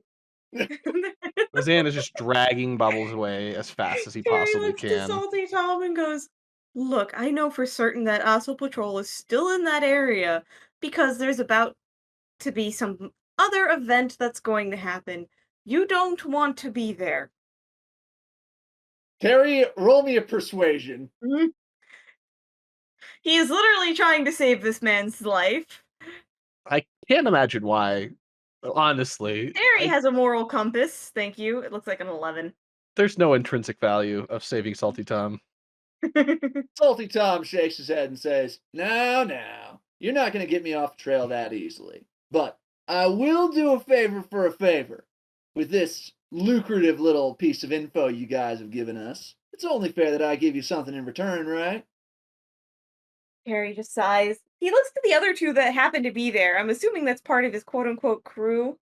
Oh yes. Are And they smarter than Tom? Do they realize that Terry is like actually quite adamant in the danger of this area? Tom's second in command seems to be listening, although the halfling appears to just be doing something on a notebook. It appears to be something like sketching, but without any actual art involved. He's playing peas and carrots. Right. Just the line game. So at least the second in command is actually has a hang on, like it's actually latching on to like, oh, this person says that they were in that area and that it's really dangerous and there's nothing of value. In fact, more danger is coming. So, Salty Tom does want to, quote unquote, repay the favor. Terry's not gonna stop him. Salty Tom leans in and says, so listen here, Terry. There's this big old crystal up in the northeast. You might have seen all the storm clouds around it. Well, I'm the one who actually went out and scouted around. I got the story of that place. Just all right, I'm listening. So, up there is a big old ruin. There was a bunch of druids trying to get up to some sneaky nature magic of some sort. Naked Something went magic. wrong. To be fair, sneaky naked magic would totally be a thing that druids would do. Wait, isn't that just what we call druids? Sneaky naked magic? What? Maybe. Really be one with nature. So Tom waves his hands and says, so here's the thing. All that nature magic went way out of control. It actually went way out of control about 80 years back when the magic apocalypse happened, so they say. But here's the thing. That stone should have been gone dormant by now. Charge run out and whatnot, but there's something keeping it active. And here's the thing. It's getting more active over time. Okay. I never got to the center of the storm to figure out what the heck's what was actually causing it, but I'll tell you a couple of things for free. There's a hell of a lot of elementals there, and all that landscape all around it is crumbling to dust over time. It's being hammered by rain for years and years and years, and all the dirt's washing away. All right. Dangerous weather, dangerous terrain. Possibility of a crystal. Yeah, you've already captured the attention of two of the people here. Well, best of luck then. Just watch out for all them elementals. Oh, and one last thing. Yes. Don't drink the water. Mm. Well, obviously, we have summon water. You're not near Yeah, Salty there. Tom says this as though it's like, a life-saving revelation. It's just like, yeah, I wasn't planning to, thanks. There's like, I have not drunk the local water since I got to this continent. Terry nods and he writes a few things on his clipboard and says, well, thank you. And believe me when I say, don't go there. At least, not for a while. Things are going to happen up there, and they are dangerous things that will get you killed. Salty Tom gives a grin and says, we'll see about that.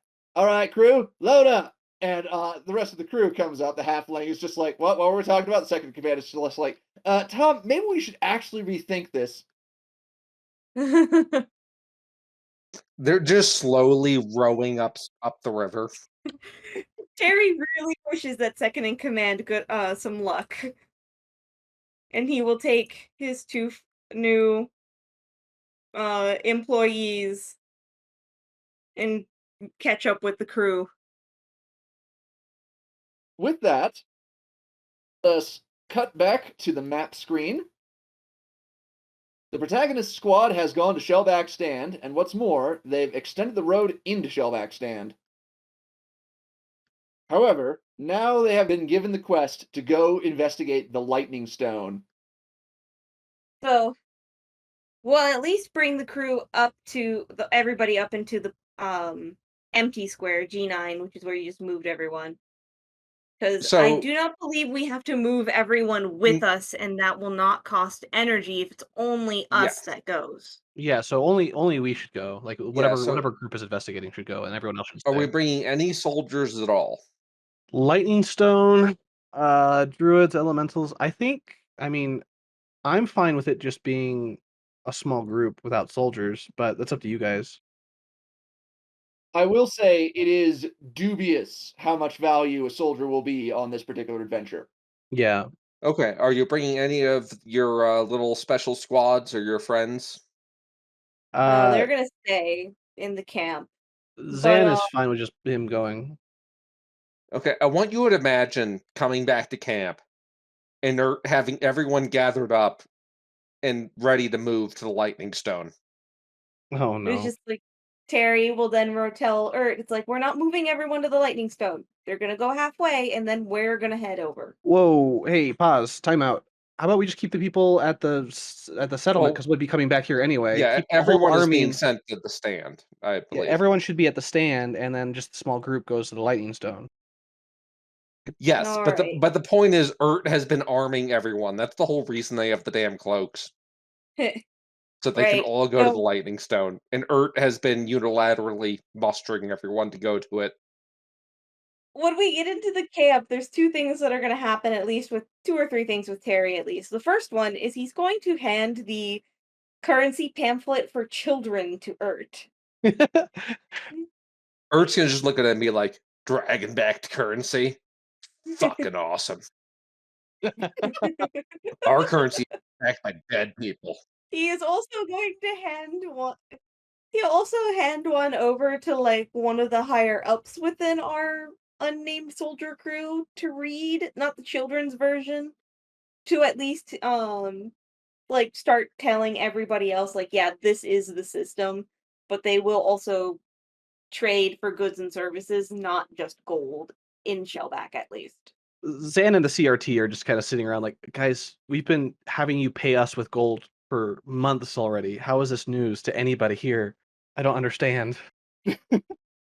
Terry just goes, because we only have one person that deals with the outside currency, and they died.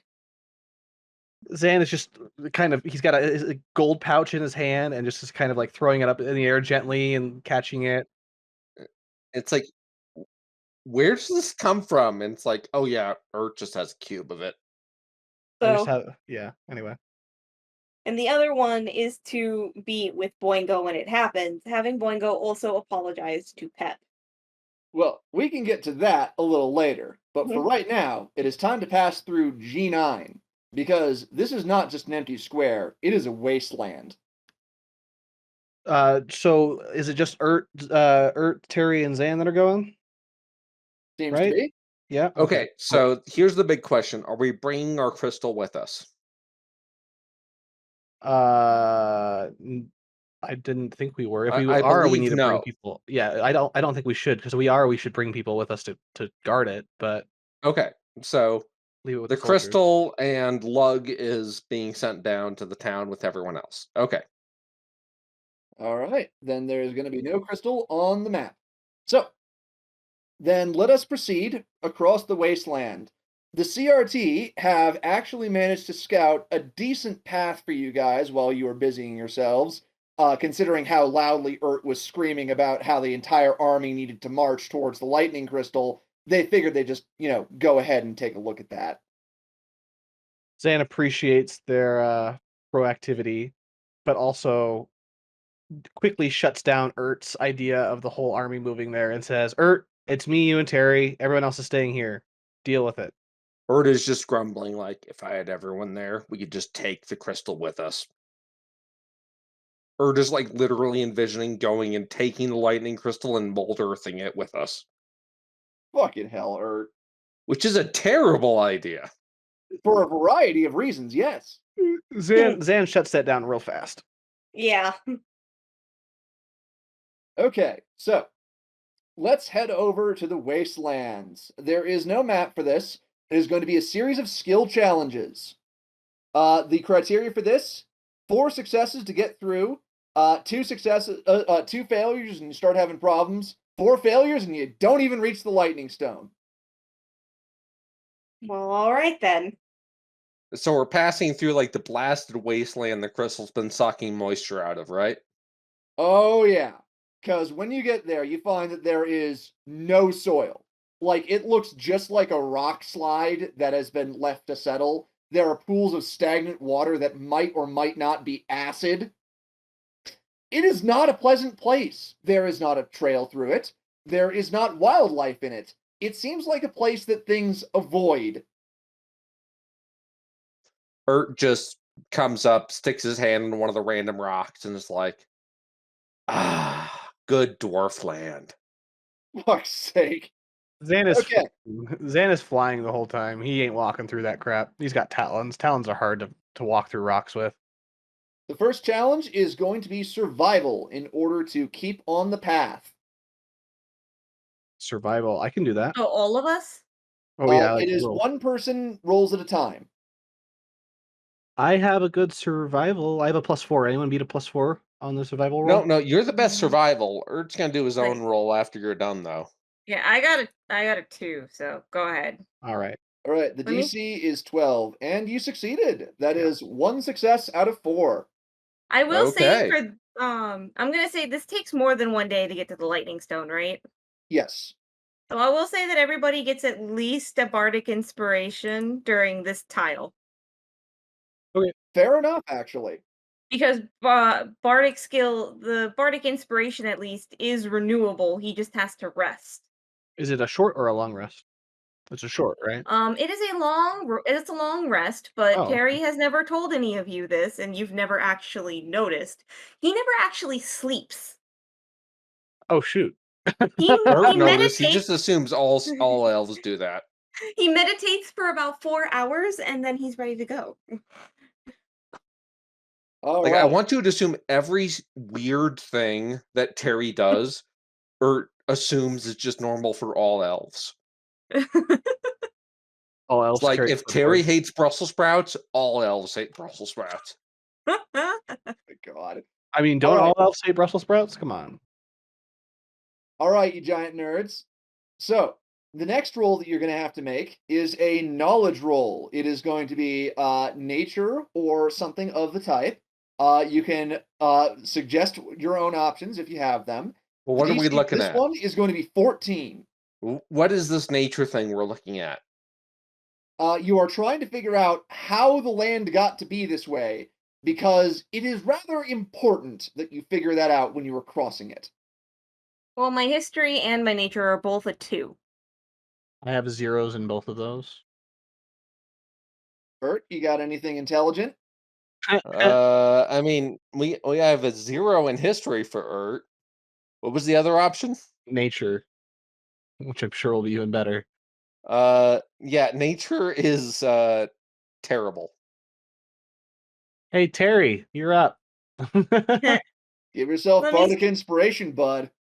Yeah. let me see if I have anything. No, I don't. Okay. So, nature Probably or use your history probably because use your they're both bardic the inspiration. same. Yeah. Here, So can I let's roll an roll. Arcana to assist? I will allow you to roll an arcana if you want. So Ert is rolling to assist Terry's roll to make it with advantage. All right, then Terry will roll with advantage.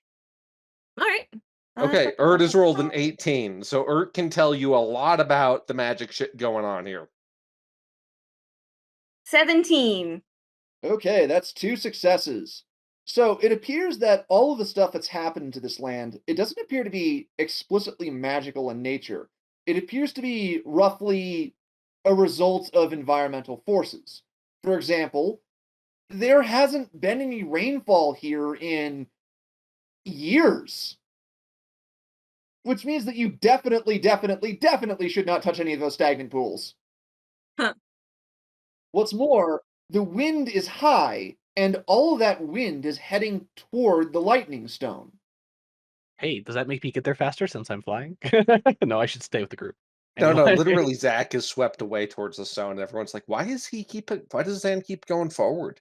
birds can not necessarily be taken by the wind the whole time. They can resist wind.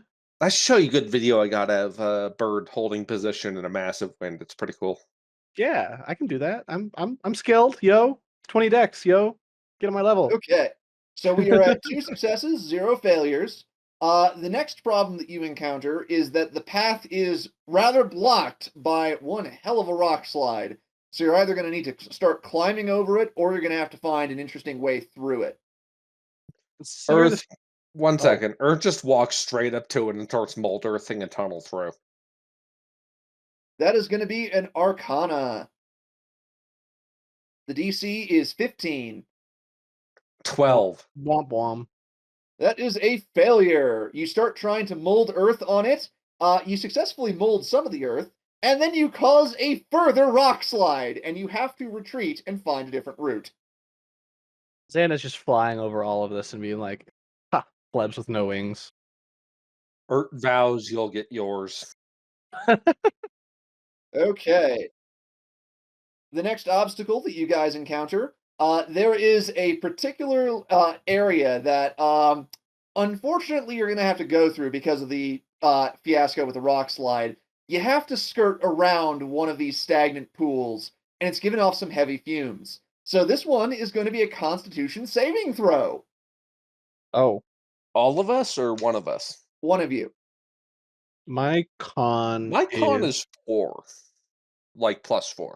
I got a +2 on con. Constitution? Yeah, don't look at Terry. He's got Terry's a flat. Probably the So highest. Earth wanders forward and takes a sip of the water and is like, it's not that bad.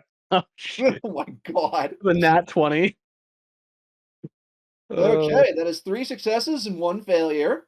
You managed to get past, as Ert correctly, apparently, identifies that this stagnant pool is not actually a puddle of acid. It turns out, by a freak chance, to have transmuted into some sort of alcohol.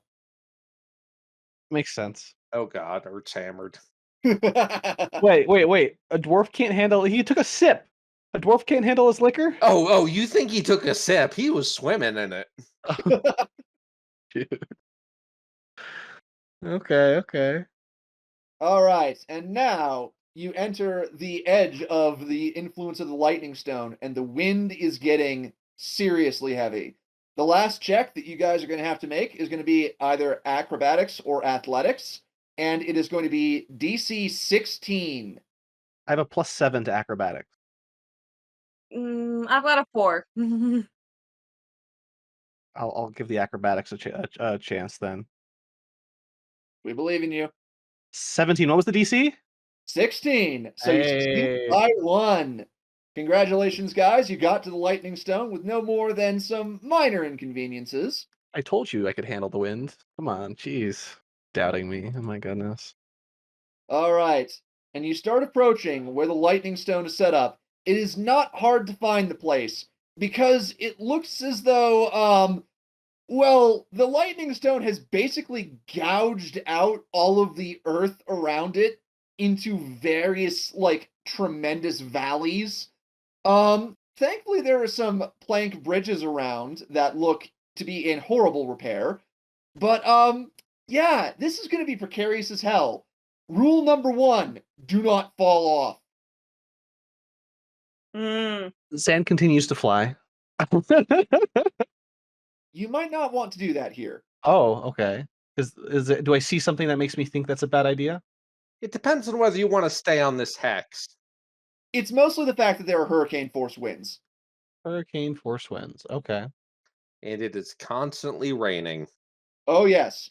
It is constantly raining. The wind is blowing.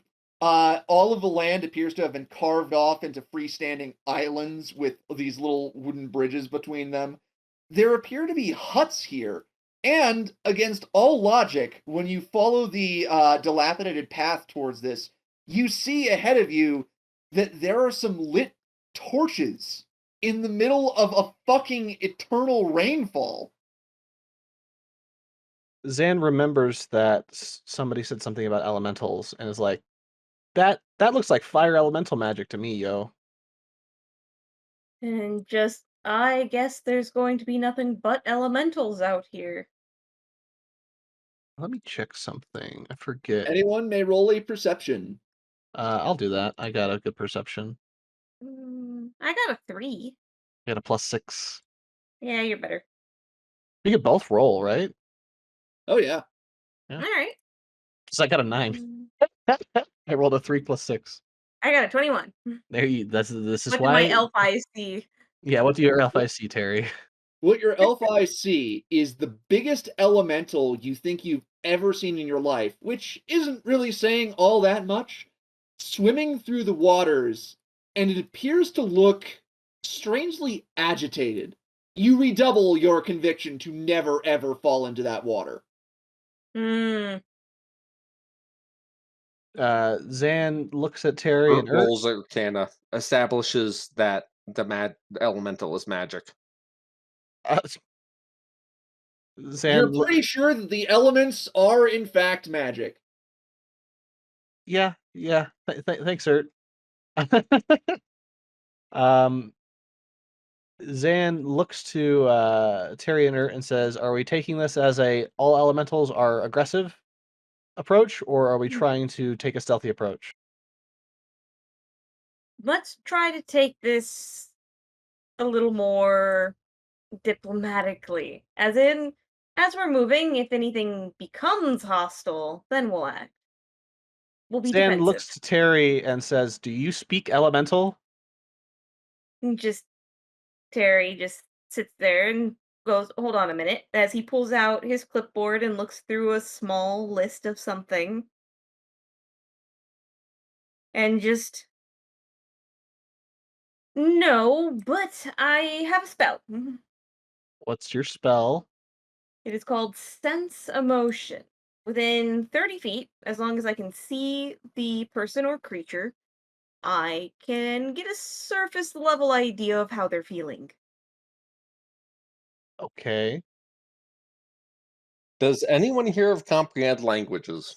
I don't have any magic. I'm a He monk though. Terry does, but it's a rune. So he could also use the rune. You should definitely use the rune. How long does comprehend languages last? 1 hour. Oh, yeah, that would work. Yeah, Now- get up there. You use the empire magic of comprehend languages, which is just shouting. Eh, So does comprehend languages also make the other person understand you, or is it just you can understand them? It's you can understand them. yeah, Oh, that's the only so thing. so the elemental won't be able to understand you. Correct. Okay. Well, we need to cross this bridge. You guys don't want me to fly. So we should probably so I'm assuming that these torches, since they're on fire in the middle of a hurricane, I'm assuming that they're powered by elemental magic. Do I see anything past the torches? Any beings, any creatures from this distance? That is going to be a perception at disadvantage. Nice. I love disadvantage, he said, lying. I gotta. Wait, how is that? How did I roll a -1? I have a. Oh my gosh, what happened? How You did I have roll persuasion. My bad. Let me try this again. Zan attempts to convince the rain to stop being rain. Yeah, Zan just has a little arguing fit with the storm really quick because he's mad he can't fly, and then he actually like starts looking for real. Okay, 14. I was super 14. confused. You do actually see a creature up here. It looks like there are multiple rather formless creatures that are slinking along the ground. Like slimes? They look like slimes. They might not be slimes, but they look like them. How do we see the lightning stone? Yes, you do see the lightning stone. It's pretty hard to miss, considering that it seems to Oh, be at the direct center of a whirling cyclone. I see. Okay. That's really far. All right. Yeah, you guys got a bit of a distance to go. So Terry, using comprehend languages, I guess he's first, even though he's the tiny squishy bard. Zan will be right behind Terry just in case he has to swap out. Okay. Bert they're gonna- volunteers to send Canny if you'd prefer. Canny's a slime. It should be able to talk slime with the other slimes. No! See? Keep Canny with you, Ert. Yeah, it's making their way up. Okay, Terry, as you get closer, you see inside of one of the torch sconces, there is a being apparently made of flame that looks over to you and crackles and snaps something at you. Well, he's got comprehend languages on, so does he understand? The fire elemental appears to be asking you whether you're one of them. Terry looks back to the group and goes, they want to know if we're one of them. I'm assuming that means elementals. Zan says to Terry, probably means one of the druids because we were told there's a group of druids that live here, right? So let's just shake our head and nod and say, yes, yes, we are. Sounds like a And good idea. Ert's like, ask them if them is good or bad. Zan tells Ert to shut up.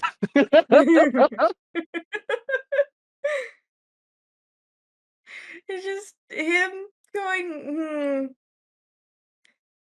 He's going to look back and, oh god, did we agree on this ahead of time numbers? Possibly not. Uh, I will ask you in the DMs super quick. Okay. Just gonna slip into your DMs real fast. Ert's just sitting there like, Canny could have talked to him. Right, Canny? Hell! Zan has his bow out just in case he has to shoot. It's not knocked because that would be threatening, but he has it out. Okay. So, in a language that Zan and Ert most likely do not know, Terry will respond to the fire creature that with the question of, does astral count? And I will roll to see if the fire creature understands you. Oh. It actually does. And it says that it's not used to seeing one of your kind here, anyone who can speak old languages. And just Terry responds that it's because he's quite old. This place is a place of chaos and destruction. Old things should not be here. Ert pokes Terry in the back. And just Terry just hands up and goes, I'm not quite that old. The little fire elemental tells you that if you want to proceed, you can, but the elementals are at war. Terry asks for the little fire to explain. The elementals have been at war for a long time since they got here, since they were pulled here. Terry makes the guess if it's because of the crystal. The crystal is the catalyst. Would helping get rid of the crystal help them go home? The little fire elemental doesn't know, but it seems to like the idea. It's tired of being stuck in this little sconce. Does it have any warnings for us with this crystal? Because it seems all the other elementals are avoiding it. The warning that it gives you is that the crystal is powered by something not of the elements, so none of them can affect it. Okay. Zan's just like, what are you saying? Ert's just poking Terry in the back repeatedly at this point. Terry eventually turns back around and is just like, I'm getting information. Sorry. Translate as you They work. Terry does relay the information that he has learned. Okay. And as you relay this, a glob of mud lands in the torch sconce and the fire flickers. The fire elemental hisses in rage and starts throwing streams of sparks at something that you can't see. Was that an earth elemental? Possibly. Terry's knowing that he's friendly with the fire at least will get a little closer. All right, you get a little closer.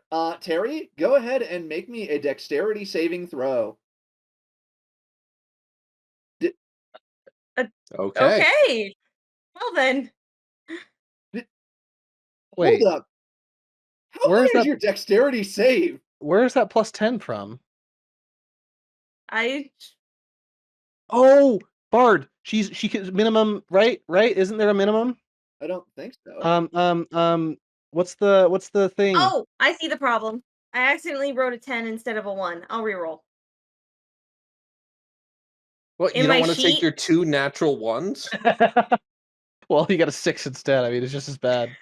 on my sheets, in the saves and skill checks because of something of an item he picked up, he gets a +1 to all saves and skills. I accidentally rolled a 10 in the box. Ah.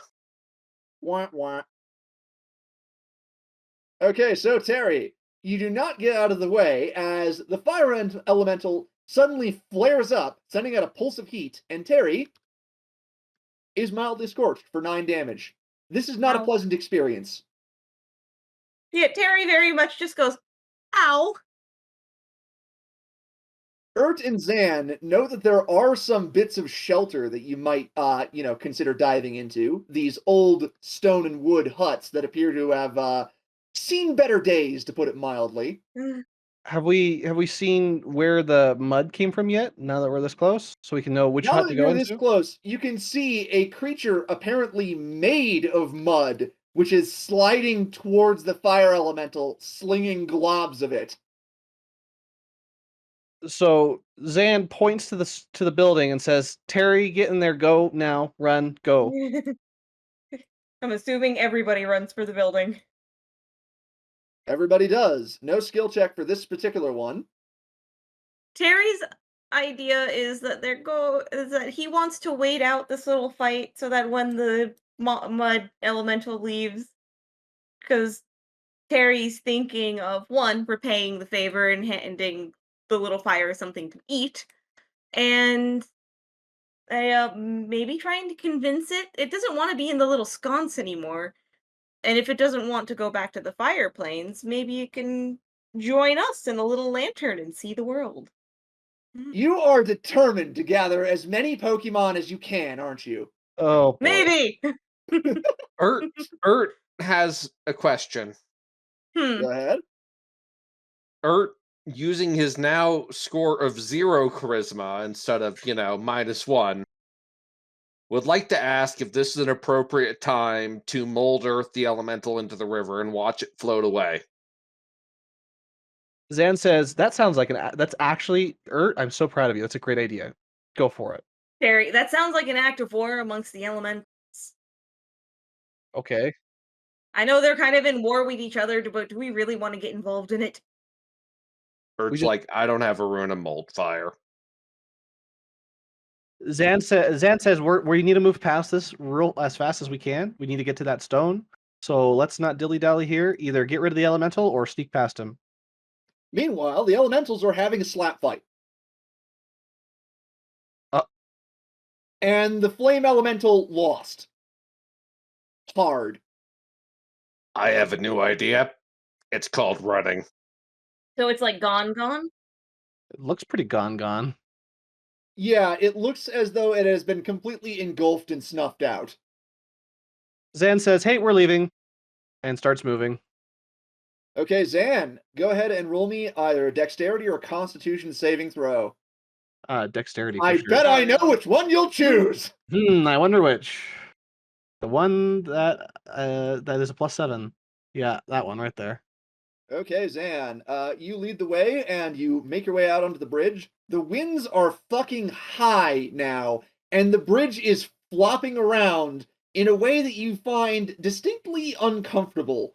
However, you have good footing, and you can lead the rest of the party. Come with me, party. Terry, you coming? Terry's coming. Okay. He feels bad for that little elemental. Don't worry, I just went home. Zan rolls his eyes a little bit and is just like, "You feel bad for everybody." Ert assures Terry that elementals only have about a third of a soul. Possibly a half. Terry just kind of looks to Ert and is just, you're going to need some serious re-education. Up ahead, Zan, at the foot of this bridge, That there wasn't- appears to be another creature that seemingly might be made out of mud, if the mud was, like, jet black. Okay. Does it And it notice appears us? to be relaxing near one of the houses. The wind is high, the rain is intense. You're not sure if this thing is hostile. What do you do? Do I Ert pushes Terry. Do I see any I guess discernible? up front. Oh no, They, Zan stays in front because he doesn't want to go any more diplomatic stuff. He wants to just get through this. Ert pushes Terry again. For fuck's Zan sake. Zan looks back at Ert and says, Okay, okay, "Ert, wait, if you wait, do wait. that, I'm throwing you off the bridge." Real quick, is it making sounds? It does not appear to be making language sounds. Okay, so its comprehend language is not working right now. Correct. It is not picking up anything from this. I was going to Okay. ask if it has a discernible face on it. It does seem to have a discernible face. It is not turned toward you at the moment. If someone is willing to try and pick up the dwarf, we might be able to sneak past. Zan looks to Terry and looks to Ert and says, "Someone, meaning not you. Who else would be able to pick off the dwarf? You could just say, Zan, pick up the dwarf if you wanted me to carry the damn dwarf." Zan picks up Ert. Ert does not understand why he's being picked up. Zan doesn't care and starts sneaking past. Terry, I guess, is gonna have to pick up Canny. Oh, don't worry about Canny. Also, don't touch him. He'll yeah, just don't. Zan and Terry roll stealth. 20. Boop. 15. Hey, that's good. Okay. You Okay, did very so- well. You managed to get past the creature, mostly because, you suspect, it is almost as blind as you are in all this rain and wind. Yay. Ert is like, I am an umbrella. Oh, I wasn't holding you above me. You're too small to cover my head and my wings. I was actually sheltering you with my wings to keep you from making any noises that the thing might hear. Okay, so judging by the way what we're looking at, oh, do we take the path with less monsters that look horrible, or the path with a lot of monsters that don't look as bad? So, hang on. What are we looking at? We're looking at left is lightning and whatever the heck that thing is. I Well, think how it's far can Earth. we see real quick? Oh, yeah. What's our vision? Yeah, it is a good idea to roll perception. I like perception. I have. Hold on a minute. I've got My rolls are so bad. dark vision. That is nice. It is not dark because of all the fire. It is just rainy. I'm waiting for Becky's roll. So perception. Oh, shoot. Okay, fine. Fine, Roll guys. okay. Fine, guys. I'll just keep rolling my sixes. It's fine. I know, right? You ain't got eagle eyes. Yeah, it's not like I'm a freaking eagle or anything. So Ert's waving around and going, okay, I sense energy from. Okay, so Ert, you look over in this direction and you see a large collection of houses. However, on this particular landmass, there appears to be quite a lot of lightning striking it. There also appears to be a creature taking cover inside one of the houses. Okay, so a hostile lightning elemental. Zan doesn't like lightning. And the other way? On the other side, Terry can see that there appears to be a cyclone. It's like kind of circling around, and it seems to be trying and failing to hammer down the big building over here. Strangely, there's a smaller little eddy of air that doesn't appear to be moving nearly as much. Interesting. So by hammer down, you mean it's trying to knock it over? Yeah, it appears to be trying to destroy the building. Ert's good at that. Yeah, I was about to say, like, we could destroy it for it. Like Ert's only opinion on this subject is that A, he can destroy buildings, and B, he has absorb elements. and is Zan perfectly willing to cast absorb elements on Canny and throw him into the lightning elemental. Fuck's sake. Zan does not like lightning, so Zan is going to vote to go with the not lightning route. Well, with the wind, the only thing we would have to worry about is getting blown into the water, but the lightning is lightning. Ert points out Zan only wants to go that way because that elemental is a beak. Zan looks at Ert and says, "That's really racist." Ert's like, speciest. Speciesist, sure. Yeah. Terry just kind of sighs. It just goes, let's go with the air. Let's Yeah. go with wind. Mm. Wind, water, Okay. earth, fire, heart, go planet. So here's the question. Do you want to try and just run through as fast as you can, or do you want to try and do something special? I kind of want to try and appease this air elemental. It might be able to help us. We got Ash Ketchum up here. It obviously has a goal in mind. Ert's like, ask him if he wants a hand. Can we hear it complaining? It appears to be screaming something to the effect of, all will be broken down and taken away by the wind. Ert's like, oh, he's like Canny. Hell! How about the little guy? The little guy doesn't appear to be saying much of anything. It's just kind of looking around, a little lost. Zan points out to Terry that the whole destroy everything and blow it all in the wind makes it sound like it'll probably want to blow us into the wind as well, and y'all can't fly. So probably let's go around that. Let's go left instead of let's go left towards the small elemental instead of right towards the big elemental. And Terry just nods and goes, maybe that little guy can help us distract the big one. Okay, do you actually approach the little small elemental? Zan doesn't. That sounds like a bad idea, but if Terry wants to, Terry's free to. Terry does have comprehend languages on so he can understand them, and it seems like astral is something they know. Something some of them know, anyway. Some of them. Okay, so Terry, you're attempting to establish contact with the little elemental, With the little one, yes. and it understands you, and it looks to you and it says, I do not understand the destructive fury of the elders. And just Terry, it seems like they all want to go home. There are ways home. We must be destroyed ourselves.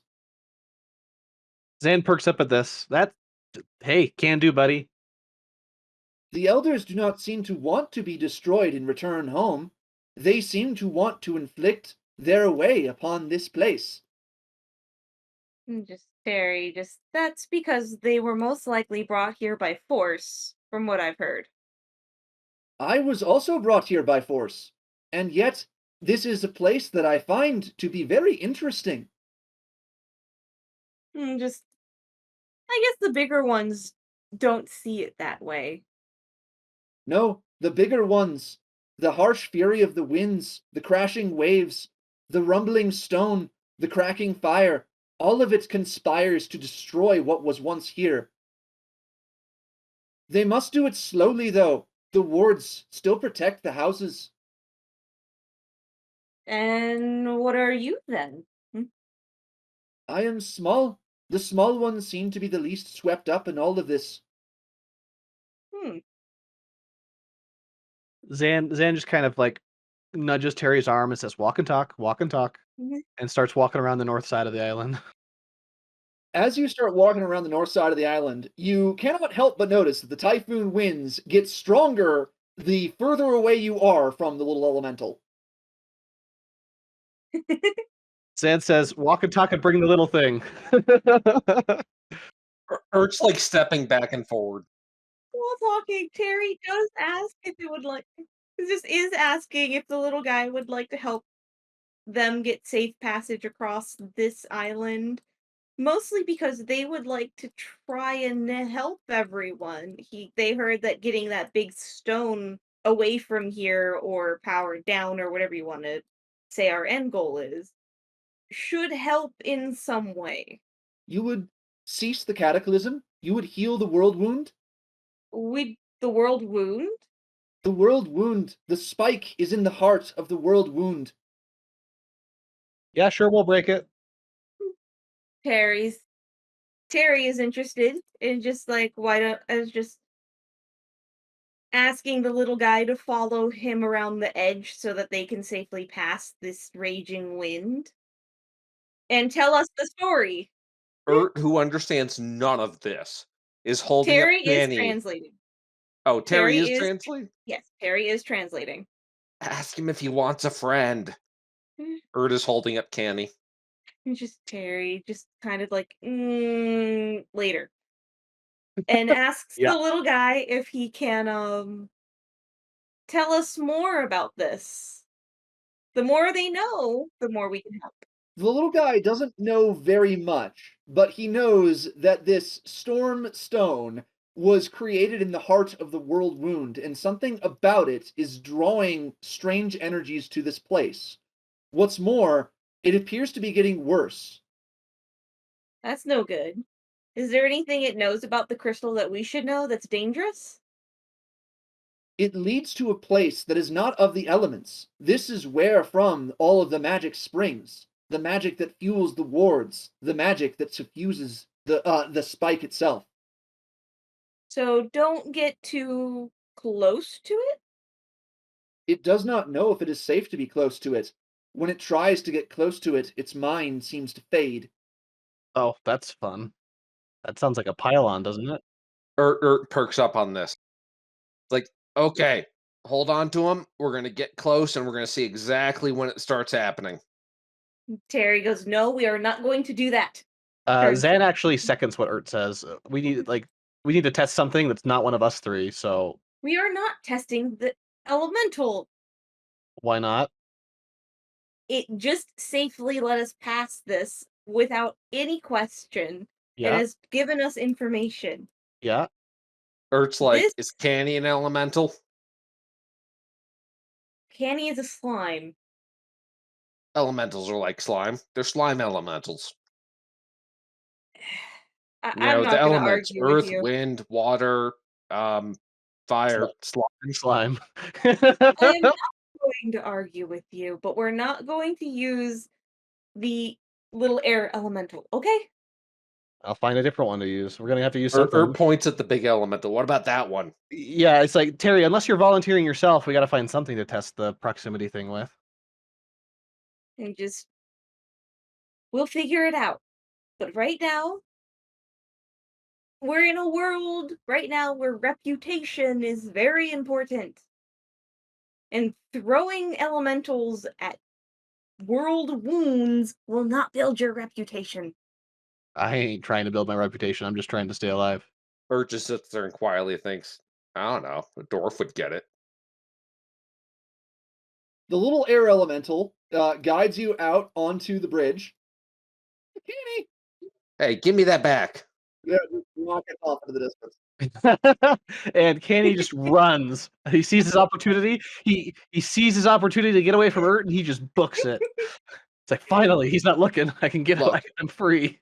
Anyone, if you see Canny going on the run, call me because there'll be a pretty high body count. Kill! So once we get to the other side and Terry's asked his questions, he's going to thank the small elemental, and it can either follow or it can stay here. It's up to the elemental. I must stay with my kin. I cannot travel far from the winds. Terry understands. Is there anything he can do to repay the little wind? Figure out a way to end the world wound. Terry says he will do his best. All right. Perception, Zan. Perception, Zan. I am Perception Man. Zan, the Perception Man. Nat 20 for 26 total. Okay, up ahead in this next area, you can see quite a few things going on. There is an absolutely massive earth elemental that seems to be set into the stone and unwilling to move, and it appears to be having long-ranged combat with what looks like a gnarled old tree. The tree is throwing explosive fruits at the stone elemental, and the stone elemental is spitting rocks in response. There is a very small ice elemental that appears to be observing. Zan sees this, tells the rest of the party what's going on, and says, "I recommend Terry, since you like talking to these little guys so much, go check with the ice elemental, see if he's friendly, figure out what's up. We probably want to help one side or the other so we can get through. It doesn't look like we Terry, can sneak by." Terry nods and is just like, the reason I'm interested is because they're not hostile and they've been giving us important information about what's ahead. At the not hostile part, Zan takes Terry real quick, turns Terry around, and points at the giant air elemental that is trying to destroy everything and says, "Yes, very not hostile. I feel Terry so just safe right now." Terry, I was talking about the small ones. Yeah, I'm still gonna throw one of them at the crystal and see what happens. Terry just shoots a look at Zan Zan pointedly ignores it.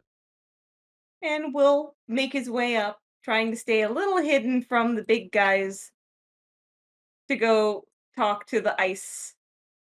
Stealth, Terry. That's nat 1. Oh dear lord. I am going to use my bardic inspiration. Oh Jeez, boy. that's not gonna make it much better, but go for it. It will make it a not 1. That is Well, true. I just don't want it to be a nat 1. Just let me remember my It's bardic adding inspiration. a I think that's a D6, D6. right? Yeah. Yep, d6. Yes. All right. All right, it is a roll of a 4, not a nat 1. Okay. So, the result of this is that the stone elemental looks towards you, and the tree looks towards you, and both of them are brandishing their weapons. Most notably, the stone elemental has a large rock in its mouth and is kind of gesturing toward you with its face. Terry's little hands up. It's just I'm not here to fight. I'm not here to join in. Just Do you I'm take not a taking step sides. back? He is taking a step back. Mhm, Okay, mhm, the two go back to fighting each other. mhm. Zan notices this real quick. Zan notices this and says, take a step forward and then take a step back." He takes a step forward. Both the tree and the elemental immediately swing towards Ert. Then they immediately go back to fighting each other, and they go back to looking at Ert, and they go back to fighting each Terry, other. And one of them shoots a rock at Canny. Oh wait, who put Candy up there? I mean, they responded to me. They managed to miss Canny. Does Canny miss them? Well, that's a question. Do you want to fire? I mean, I know what Canny wants to do. Kill! Zan says, control your conscript, your construct. That's the thing. yeah. Does the little ice elemental notice us? Like The notice little us? ice elemental could hardly not notice you guys. It is now Good. looking at you curiously. Terry will say hello and see if it understands astral. It does not. Just for the heck Damn. of it, Zan will say hello in common and see if it understands common. It somehow does! Wonderful. Terry Zan going, is oh, thank God. Mm. Zan is gonna tell Terry, "Hey, I think it, or I think it's trying to talk to me. Do you understand what it's saying?" All right. And the little ice elemental says, "You are not of the elements. It is danger." Terry, what did it say? Just Terry, ah ha ha ha, very funny. Well, I can't understand it. It's speaking common. Oh, it's speaking common? Yes. Yes. Okay, Mm. then I'm gonna be like, then I'm gonna say right back to him, like, no kidding is dangerous. We'd like to go break the stone thing. Can we go break the stone thing? That is more danger. You are seeking the destruction and death? We're seeking the breaking of the crystal. Oh, that is different. Okay. The older ones here, they fight much of the time. Has been getting worse in recent years. Ert's just like, okay. Drawn out, drawn in, banished and returned. Is cycle. We are all caught in great whirlpool. Zan is sitting here like this sounds really familiar to the air elemental guy. I think I get the gist of it. And he's going to interrupt the ice elemental really rudely because he doesn't care. Because he's just a jerk when it comes to this stuff. Sorry, guys. Zan's got a -1 charisma. And he's going to say, "Yeah, that's great. How do we get to the crystal without these guys killing us?" You must seek their destruction. They do not die. They return. Zan looks at Terry and says, "Finally, something I can do." Terry just kind of stares at both of those elementals, looks back at Zan, and goes, "You really want to try and fight those?" Zan shrugs his shoulders and says, "Yeah, sure, why not?" And just Terry, they have a range of which they can sense us. As long as we stay outside the range, we could go past them. Is there so I can't tell DM, can we actually get by on the left here? Yes, you can. It is just going to be precarious. I have wings. What about the house? You could try and get into the house. However, the entrance of the house is on the side facing the elemental. What is the house made out of? The house appears to be made out of stone bricks, and each of the bricks is very faintly glowing. Oh, I was going to say mold earth, but the glowing is a little worrisome. Hey, Ert, can you mold earth a wall in between, so along the edge of the drop as like a kind of a handrail for us, and we just walk through without risk of falling that way? Well, first, Ert's gonna go over and poke the stones. Okay, Ert, roll Arcana. Zan steps back and pulls Terry back a little bit with him just in case it blows up. Druid is 1d. Sorry, my bard bonus is 1d6 for this. If you'd like to use your inspiration, yeah. Yes. Oh, nice roll. Well, okay. If Terry's okay with giving that inspiration. Yes. Okay, Ert. These stones are very much warded against the nature magic that's happening here. You suspect the conventional weapons could still break it down. And what's more, you suspect that these wards have gotten a hell of a lot stronger with time.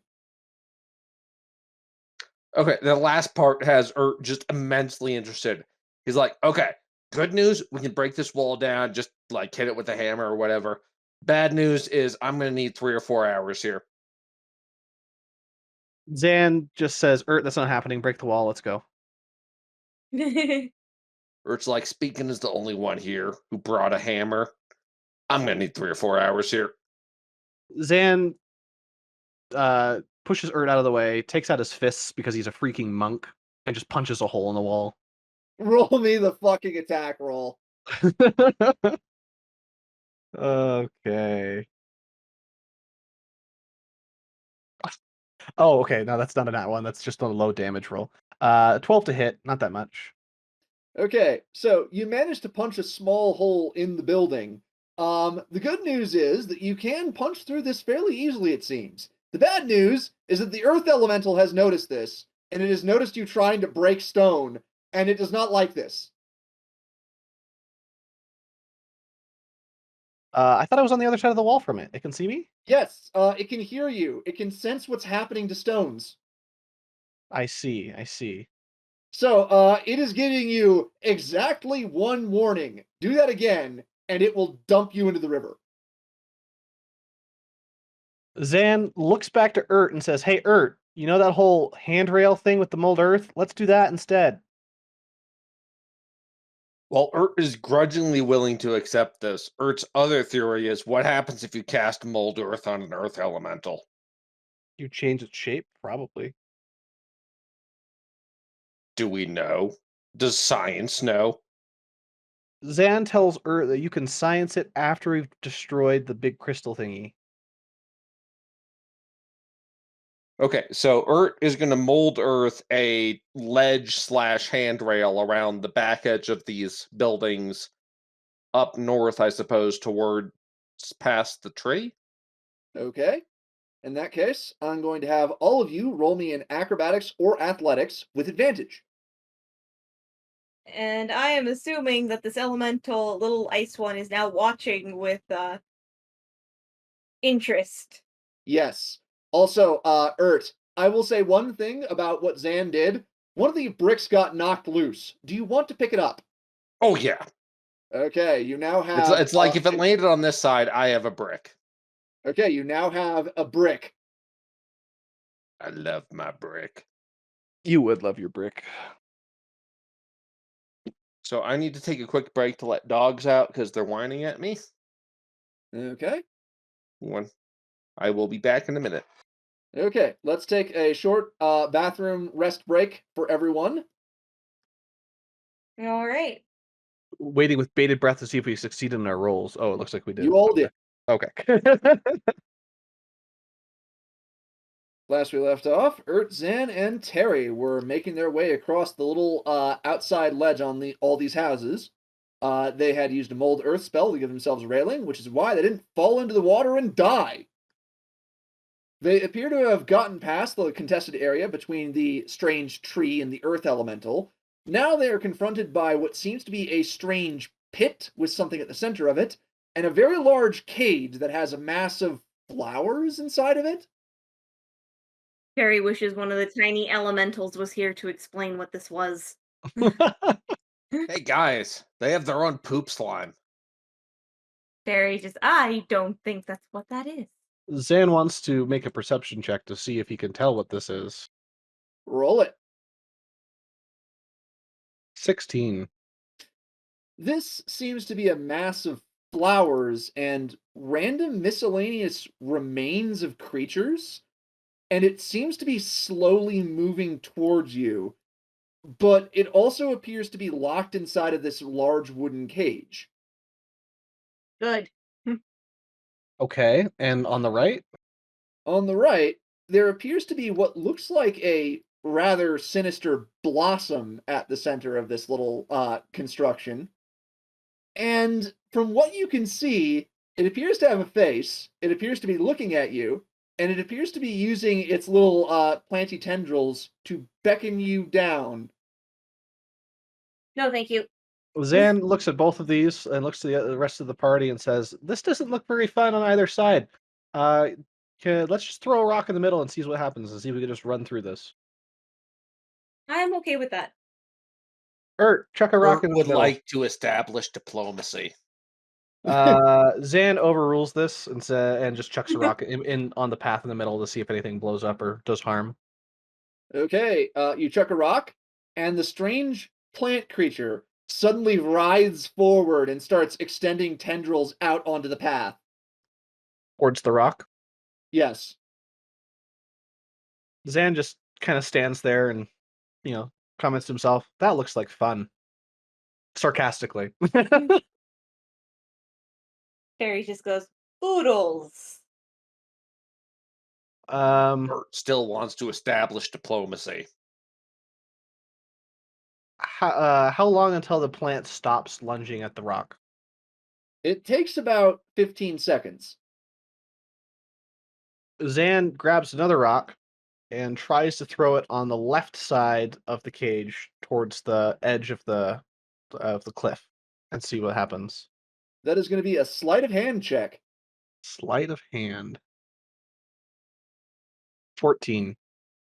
Okay, you throw the rock, and it successfully distracts the creature. It is now hunting around for whatever made that, interesting sensation.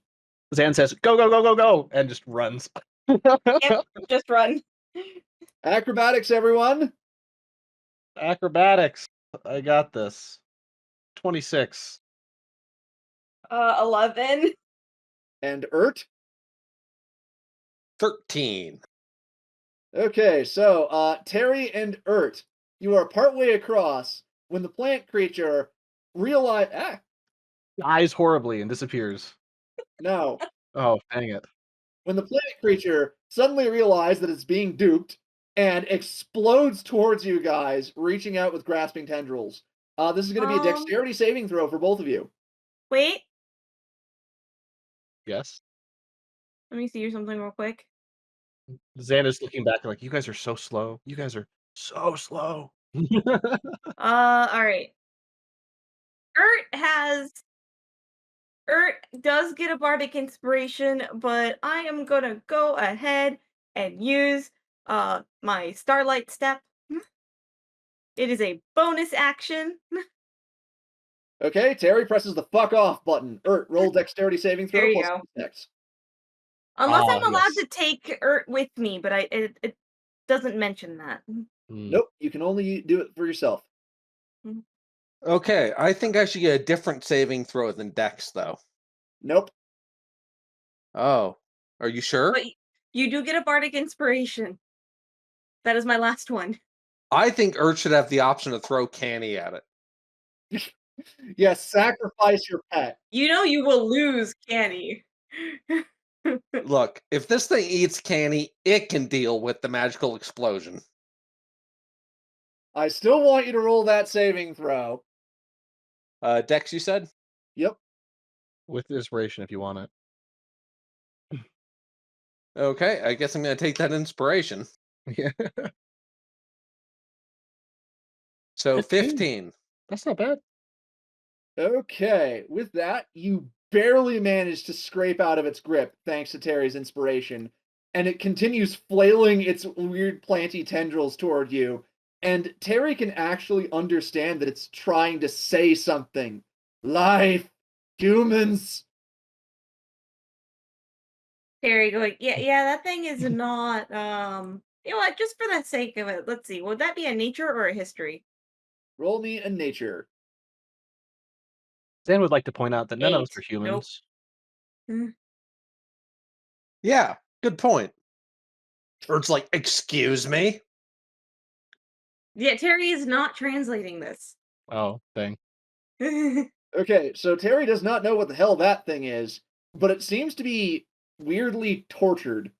Urt really wants to see what happens when you cast Decompose on it. Terry goes, nope, and starts dragging Ert. We are moving along, moving along. Zan says, feel free to cast Decompose. But We're what if I watching. give Canny the Decompose rune? No. What's the range of Decompose? Touch.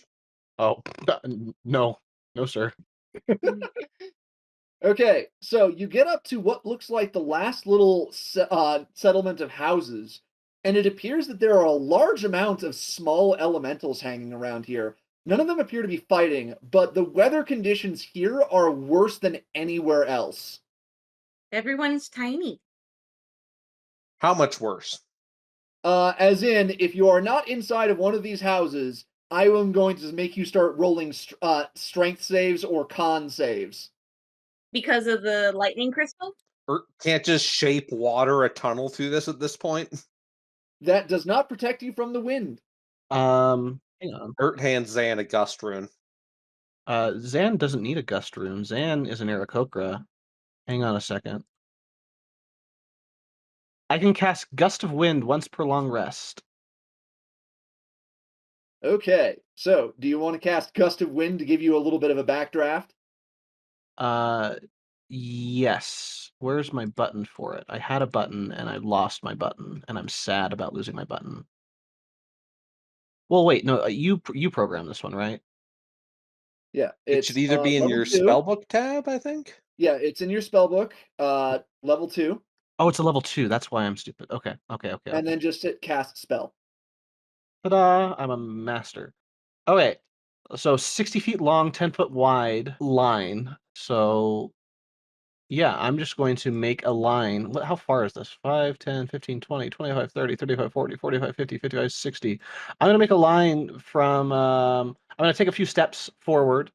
I'm going to be like right here, and I'm going to cast it from here all the way to the end as far as I can. Okay, I need you to go ahead and roll me a strength saving throw in order to get that far. Strength saving throw. The DC is 10. I rolled a 10. Rolling again, right?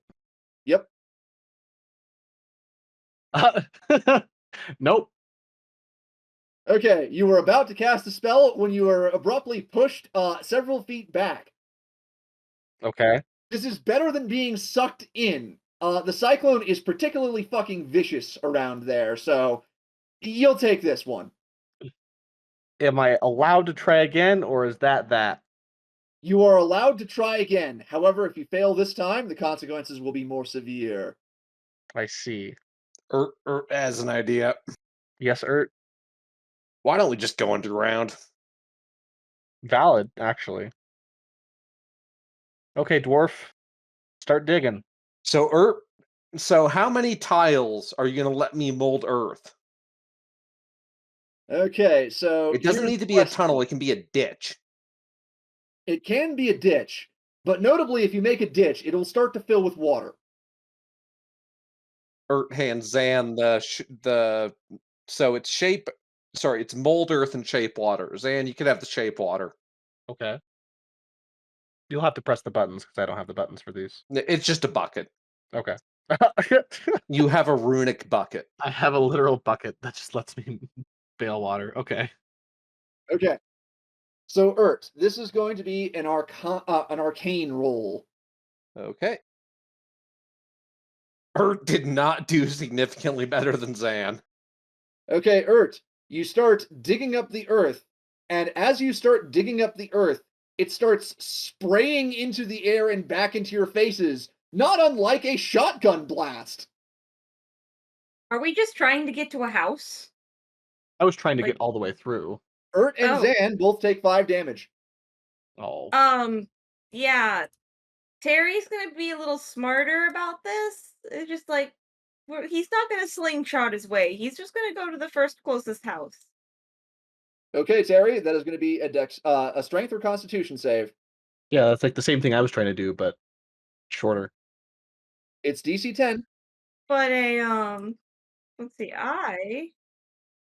yeah, okay, I think I should be okay. Strength or constitution? Yep. They're the same. Mm. Damn. Yeah. Just Okay, Terry, barely. you try to just force your way through as a bard. However, you Just- are a bard, and you are a scrawny little dweeb. I was trying to get to the first house, not all the way through. I know. And yet you still failed. The wind is that bad.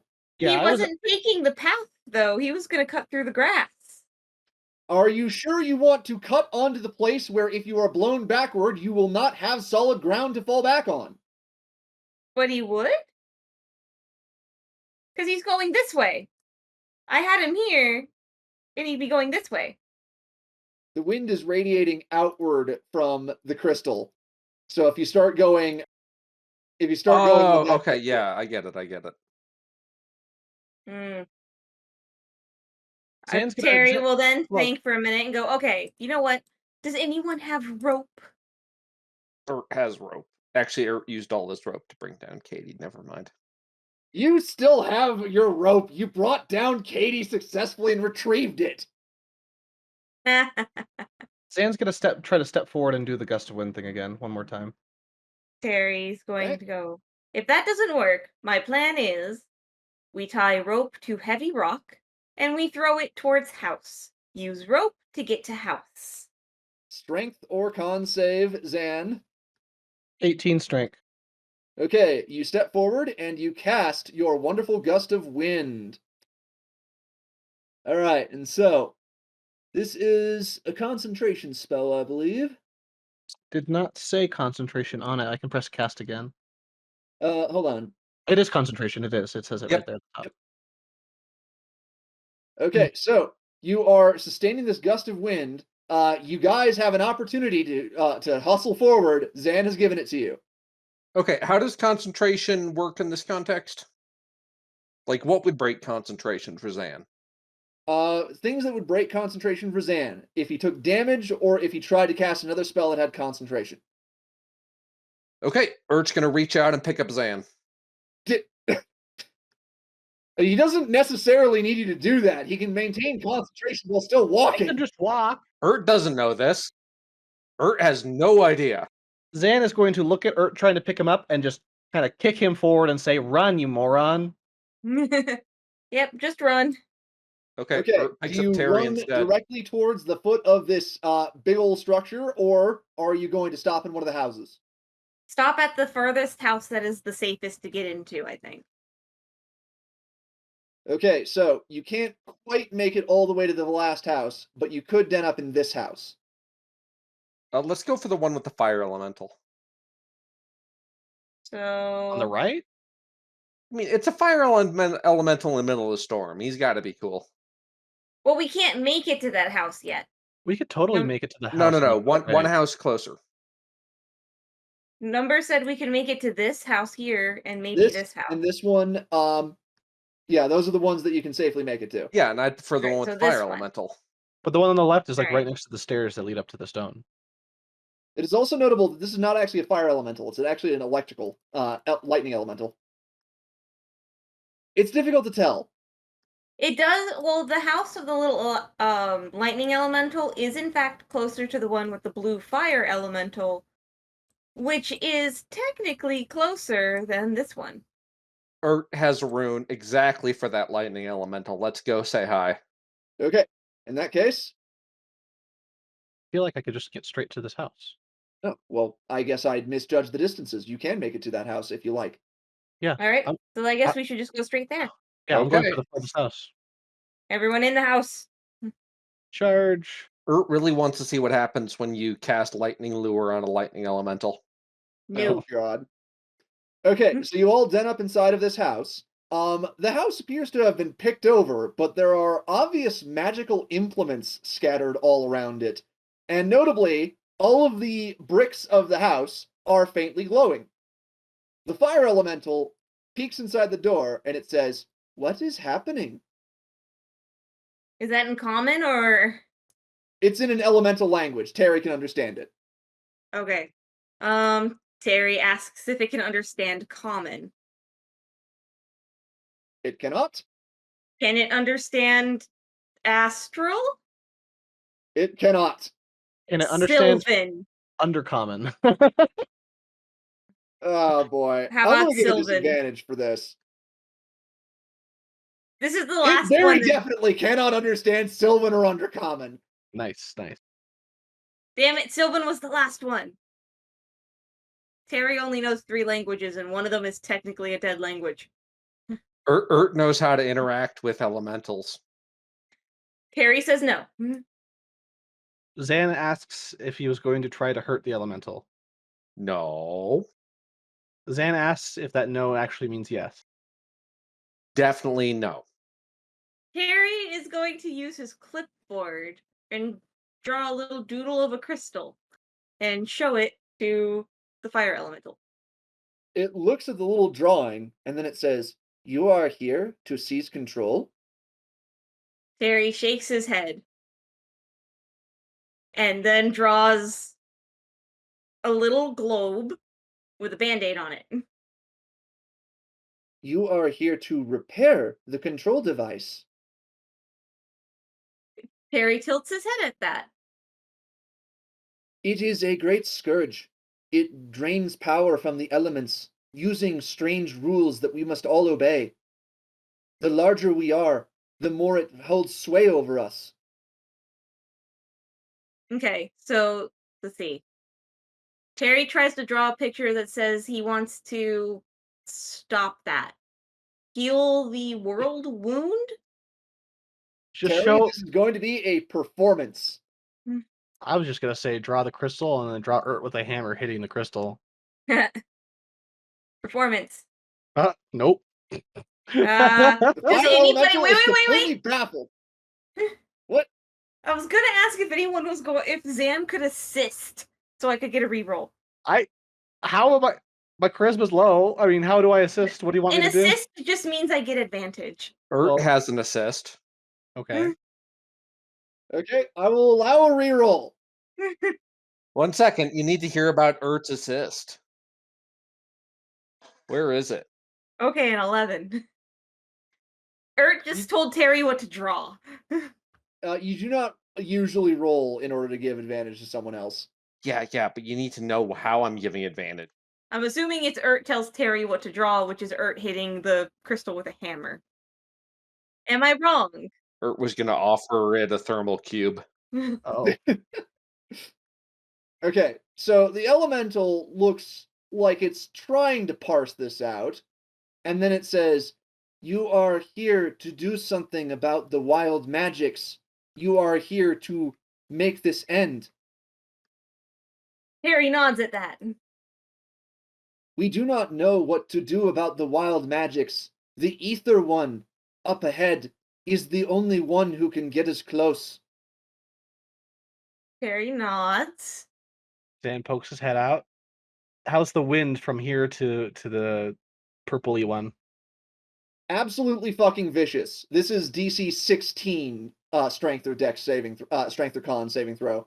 Okay. What Bird has about a question. Go ahead. So, I'm looking at about 12 tiles for this house, and I got a lot of Casa Mold Earth. I got 50 of them. Let's just bring the house with us. I'm down. Ert is volunteering to spend his entire 50 charge Mold Earth rune to move this house. I am fine with that if you want to do that. Well then, Zan raises we- a hand and says it might just be easier to just mold earth a wall from the entrance Using- here to the thing so that we could just stay along the wall that all way. right. Terry's gonna hope that his comprehend language clipboard will work with an elemental. Thank God it's metal. And they write down pretty much just the word friend question mark when he was the little guy was talking about the Aether one. Like friendly question mark. Okay, I will have you roll me a persuasion or performance. Persuasion's better. 20. The little elemental seems to understand and says, "The Ether One, it is of our kind. It also wants this to end, but it is as powerless as we are. Still, it is the closest and it knows the most." Terry nods and looks to the other two and goes, "So we need to get information out of the ether elemental." Yeah, we were trying to get a wall there right now. Ert doesn't want a wall. He wants these runic blocks. Can you mold earth and just move like a set of the blocks without having to do the entire house? Good question. Should we roll to establish that?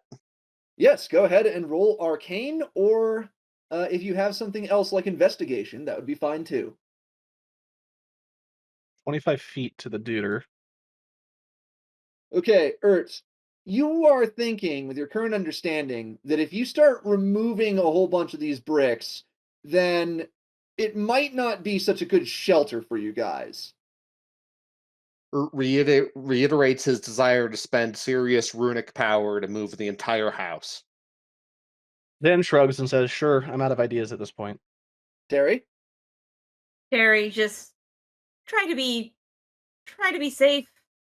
I know it's asking a lot from you, Ert, but let's try to be safe. So Ert is going to burn an entire Mold Earth rune to move this entire block of 12 tiles 3 times. Okay, and so you move the entire house up to here. There, you have your little protective bubble. I feel so safe. Okay, you get up near here, and then something comes through the wall. Oh, It's on my head. Oh, wait. Terry just like, "Hello." Ert throws Canny at it. Zan catches Canny before it reaches the elemental. The elemental looks to you all and speaks in common. Oh, thank heaven. You have come to usurp the old druids. It's just, if that means we're here to help stop this for all of you, then yes. The druids sought to control the land and the weather. The druids thought many things would be better under their control. Yeah, druids are stupid.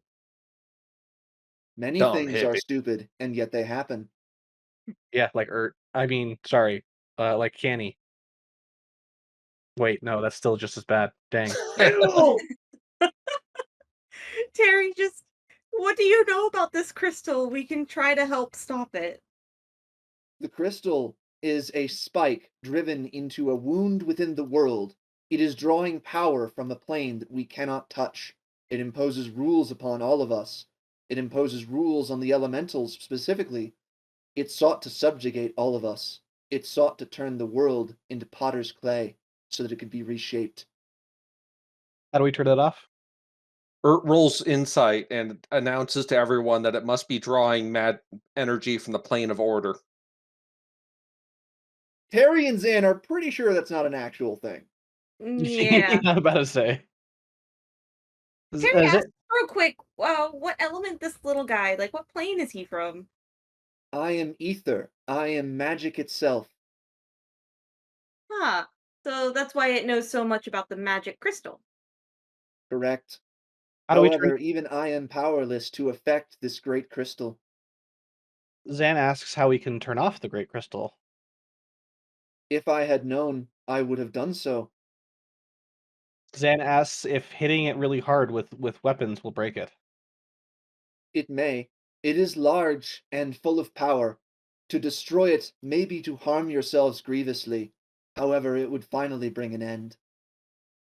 Terry goes, all right. So Grievous harm. looks to the other two and goes, you know how when something's full of magic and it breaks and it explodes? Yeah. So, do you got a better idea? Yeah, we're not going to explode it when we're nearby. Well, my But only issue looks is if to, we can't but get then close. points, yeah, and then Ert points down to Ert, though. He points down to Ert, sorry, and is just like, one of the things I know is that this one wants the crystal. Ert's pretty sure that he can harness an entire dimension if he gets in there. Zan kind of sighs and says, "There's no way we're lugging that entire crystal back anyway, so he can make do with a piece of the crystal. However, we still need to turn the thing off, and the wind is blowing out it really, really high, so we can't get really close to it. It's on top of a pyramid, so we need to find a way to turn it off." There is a lull in the winds closest to the crystal. Once you reach it, you will be in safety. Okay, that's nice. The stairs are the final challenge for people of the flesh as you are. Do you know of the best way to get up there? I am of magic. I can grant you some small portion of my power if you promise that it will bring an end. I'll certainly try. Then who should I grant blessings to? I will warn you, once I do this, I will no longer have control of my mind. Does that mean you'll attack us? I will likely disperse. How many can you give? Just one? Only one. Terry looks at the others and goes, maybe a last resort? We might be able to get up without any assistance. Zan says that he's the fastest, so it'd probably be best to go on him if we're trying to go fast. Ert agrees. He's gonna tie a rope around Zan and buff him to hell and say, "Go get him, bird boy," Why do I get a what's the rope attached to? so you can pull us. Uh, I don't think I'm actually capable of doing that. DM? You could do that. However, that would be making you roll this whatever saving throw I decree at disadvantage. Yeah. Um, I'm gonna just say that I don't think carrying somebody up there would be a good idea. Well, no, you're gonna get up there, then you're gonna pull us up after you're up there. That you could do. Okay, that makes sense. That makes sense. Yeah, I'm down to try that. Okay, now here's the question. Do you want to sacrifice the ether elemental in order to recover your spell slot? Oh, it's for a spell slot? Well, basically, yeah, it would allow you to cast your Gust of Wind again. Oh, that's what's happening. Okay. Okay. And then if I don't do that, we have to do a strength saving throw all the way up top, right? Pretty much. Um, Zan turns to Terry and Ert and says, "Terry, I know you got a soft spot for like everything on this blasted planet. So I'll try it once without his help, and then if I don't get it once without his help, I'm gonna suck this little bugger up and I'm gonna run up there." Well, Ert's got you on belay, so you won't blow too far. Terry just nods and just trying at least once is all I ask. Can this bubble at least get us to the house? So it's a It is short not a trip? bubble. You literally moved the entire cottage. Oh, can we move this cottage a little closer to this one so we're Nope. closer to the Ert stairs? burned out that entire rune. Correct. Is there a way we can safely get over there to that house? So then we don't have to work as hard to the stairs? If you can think of a clever way. Well, why don't we two-stage this? Why don't you do the first run, Zan, and we'll rope over after you, and then you can do the last run. I would assume that'd make the DC shorter if the DC smaller if we go to the house first. Yes, So- it would make the DC smaller if you go to the house first. I have a move speed of 40, and with a dash action, I can just like I can move the full 80 feet in one go. Like it's the same time frame for me to go either 40 feet or 80 feet if I use my dash action. Okay. So do you want to try and just blitz it, Zan? So you'd say this would be a high. So this is Okay, if I wait, go the here, it's problem- 2 rolls with lower DCs, and if I go here, it's 1 roll with a higher DC. Is that right? Especially because if you look at this temple, you're going not just straight, you're also going up. So that's not really 80 feet. I got wings. It's like It's- a triangle. You're Is a traveling a lot terrible longer. idea, Zan. Yeah, I know. Okay, fine. We'll go to the stupid hut. Okay, roll me strength or con. It is a saving throw. Good That's a thing we have fail. the rope. Terry's Yeah. gonna assist Ert in pulling him back. Yep. Is that damage? Yes, Zan, you completely failed to keep hold of your momentum and slammed into several rocks, a bush, and a wall. When you get back into the hut, you are not having a good day. Terry just like we are. Let's call this a mulligan. Ert's gonna just point out that he's not no sissy bird person. Go Let's for see, it, what Ert. do That is on the nose. Roll again. I- Oh no! Oh yay! Ert Just just walks barely over. managed to get into the shelter of this last building.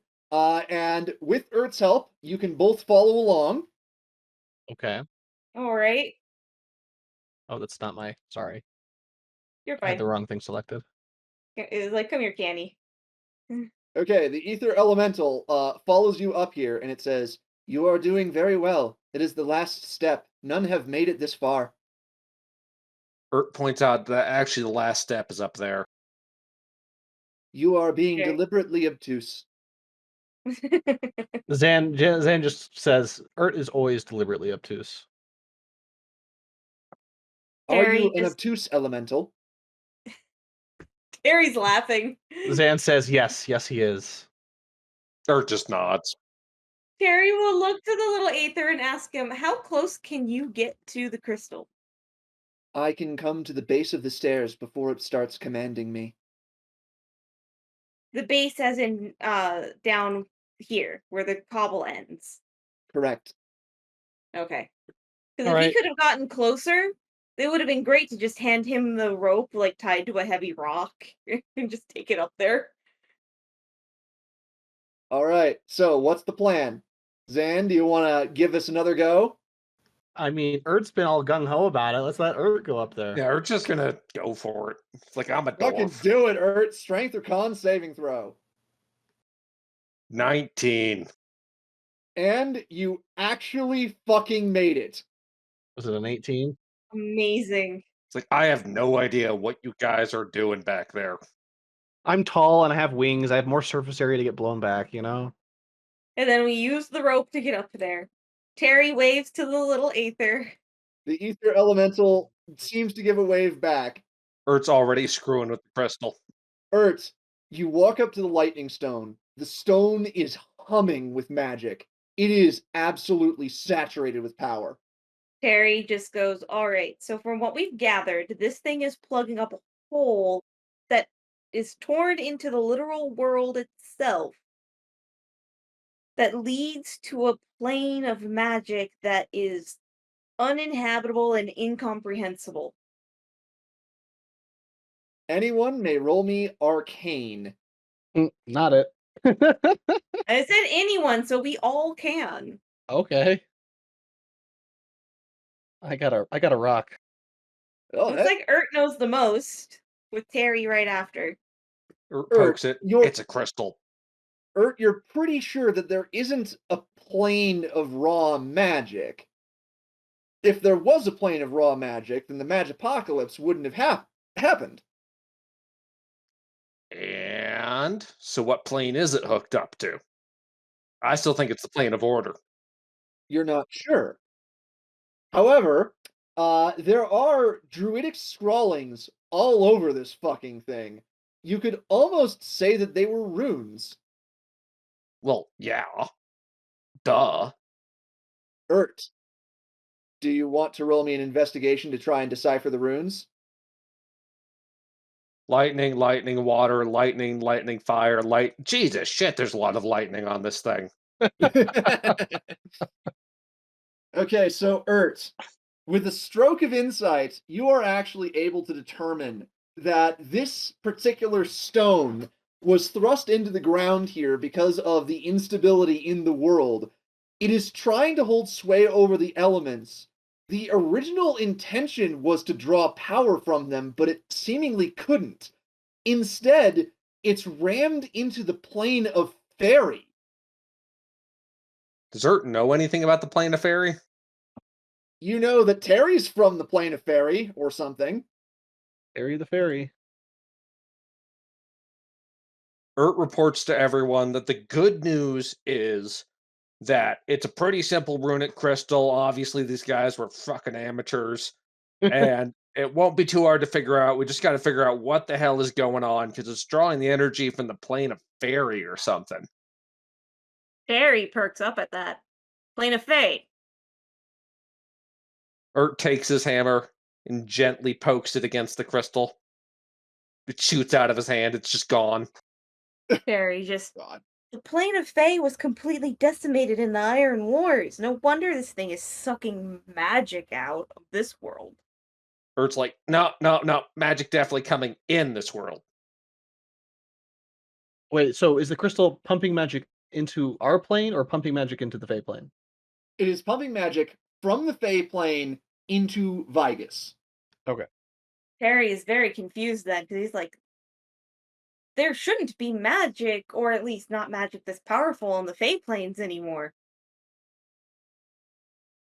Terry, you may roll me an insight or an investigation. Insight or investigation? They're both the same. This is all above Zan's pay grade. 7. Terry is still trying to figure out how that could be possible to drain energy from the Fey plane. Ert, do you have any stupid goblin brain ideas? Ert's gonna take out his other hammer. He's gonna hold it really Are you tight going this to time. actually hit the crystal? No, no, no. He's before gonna he poke it actually again. Okay, poking it is fine. Just poking it. This time he's gonna hold the hammer with both hands. Okay, Ert, roll me 1d10,000. What? That's a thing? Did I fucking stutter? Pretty low. Well, honestly, Okay, yeah. let's see. That's like a 5%. Yeah, that's like a 4.8, man. Well, 4.9 if you round up. Yeah. Okay, so, Ert, you feel a very, very strange magical energy earth itself in you. You cannot immediately tell what has happened. Ert's gonna start getting out his runesmithing tools because he is just fascinated with what's going on here. He tells the other two to, go make a sandwich or something. Zan just yells at Ert, turn the damn thing off before you do anything else. Well, we can't turn the damn thing off. Have you tried? It's a conduit of energy from the plane of elf ears, people. No, the crystal, not the flipping hole in the plane. We want to make the crystal turn off. Oh, well, that's easy. Don't hit it. I have no ideas. Ert, you may roll me an arcane or an investigation. Okay, Ert, you do in fact see that there is a sort of fail-safe rune here. You're not sure if it's going to work. Zan says use it. Ert's only other idea here is to just knock the crystal over. Hmm. If he Those still had runes? mold earth runes, Well, you're the one that used them all. All those runic symbols, Terry still has comprehend languages on, I assume. I don't think it's been an hour. No, Well, it is not. But So, Ert also already identified all of them with his nat 20. Well, Ert identified the magical purpose of them, not necessarily the language that they were written in. Oh yeah, he has no so what the directions are written in. Terry should be able to read what it says. Yeah. Pokes Terry. Hey, what's that one say? So Terry will read what it says. I am writing it out. Okay. Be something like no iron within 30 feet. That is what it says. Fae obey the rules. We will seize those rules. The elements are ours. The world will be reshaped. We will make something better than nature. Okay. Ert doesn't get it. We already have something better than nature. It's called science. These guys are obviously cultists. Press the flip and failsafe rune. Ert takes out his iron hammer, Terry, goes to do the you stop failsafe him? rune. What is he doing? He's gonna hit it? Ert is taking out an iron hammer and he's going to smack the failsafe rune. Terry is going to say no and try to stop Ert. I'm open to suggestions here. Terry, just like, hear me out, because this is what it says. Okay, Ert has a different idea. Okay. Okay, so if it's all about the rules and bullshit, why doesn't he just get out his runesmithing kit and try to balance this? That is going to be a very hard arcane or investigation roll at disadvantage. Hmm.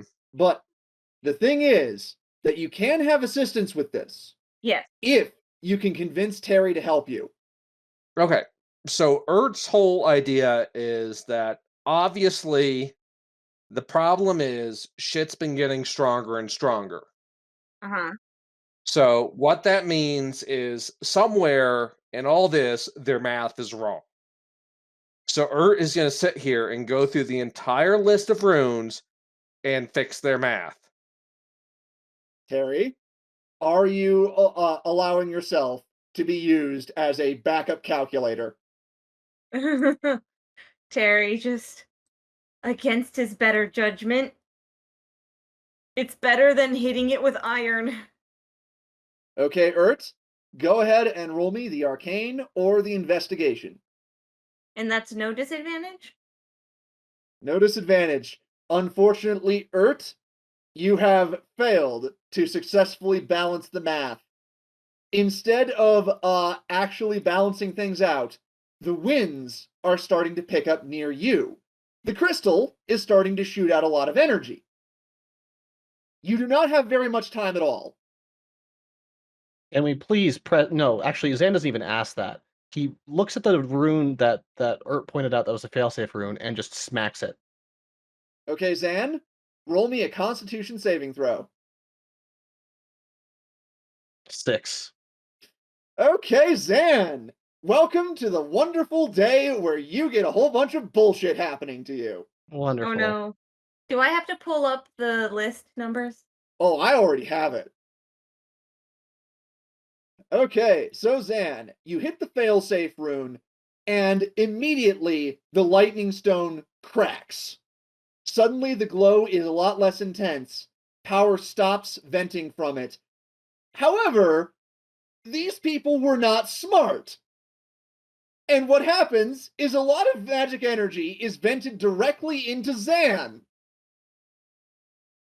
Wonderful. Am I dead? No, you're even worse than dead. You're at the whims of wild fucking magic. Please roll me 5d10,000.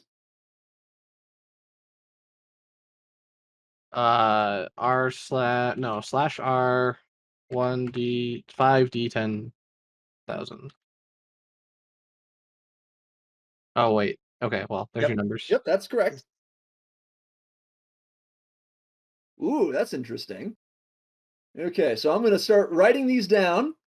Wild magic is not inherently harmful. And yet it's worse than death.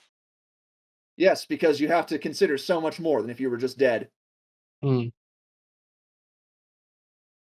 That's actually a good thing. Stupid sexy bird. I am pretty stupid sexy. So, next person wounded by target must save or be charmed by him. Target spits out small lumps of coal after any melee. For how long?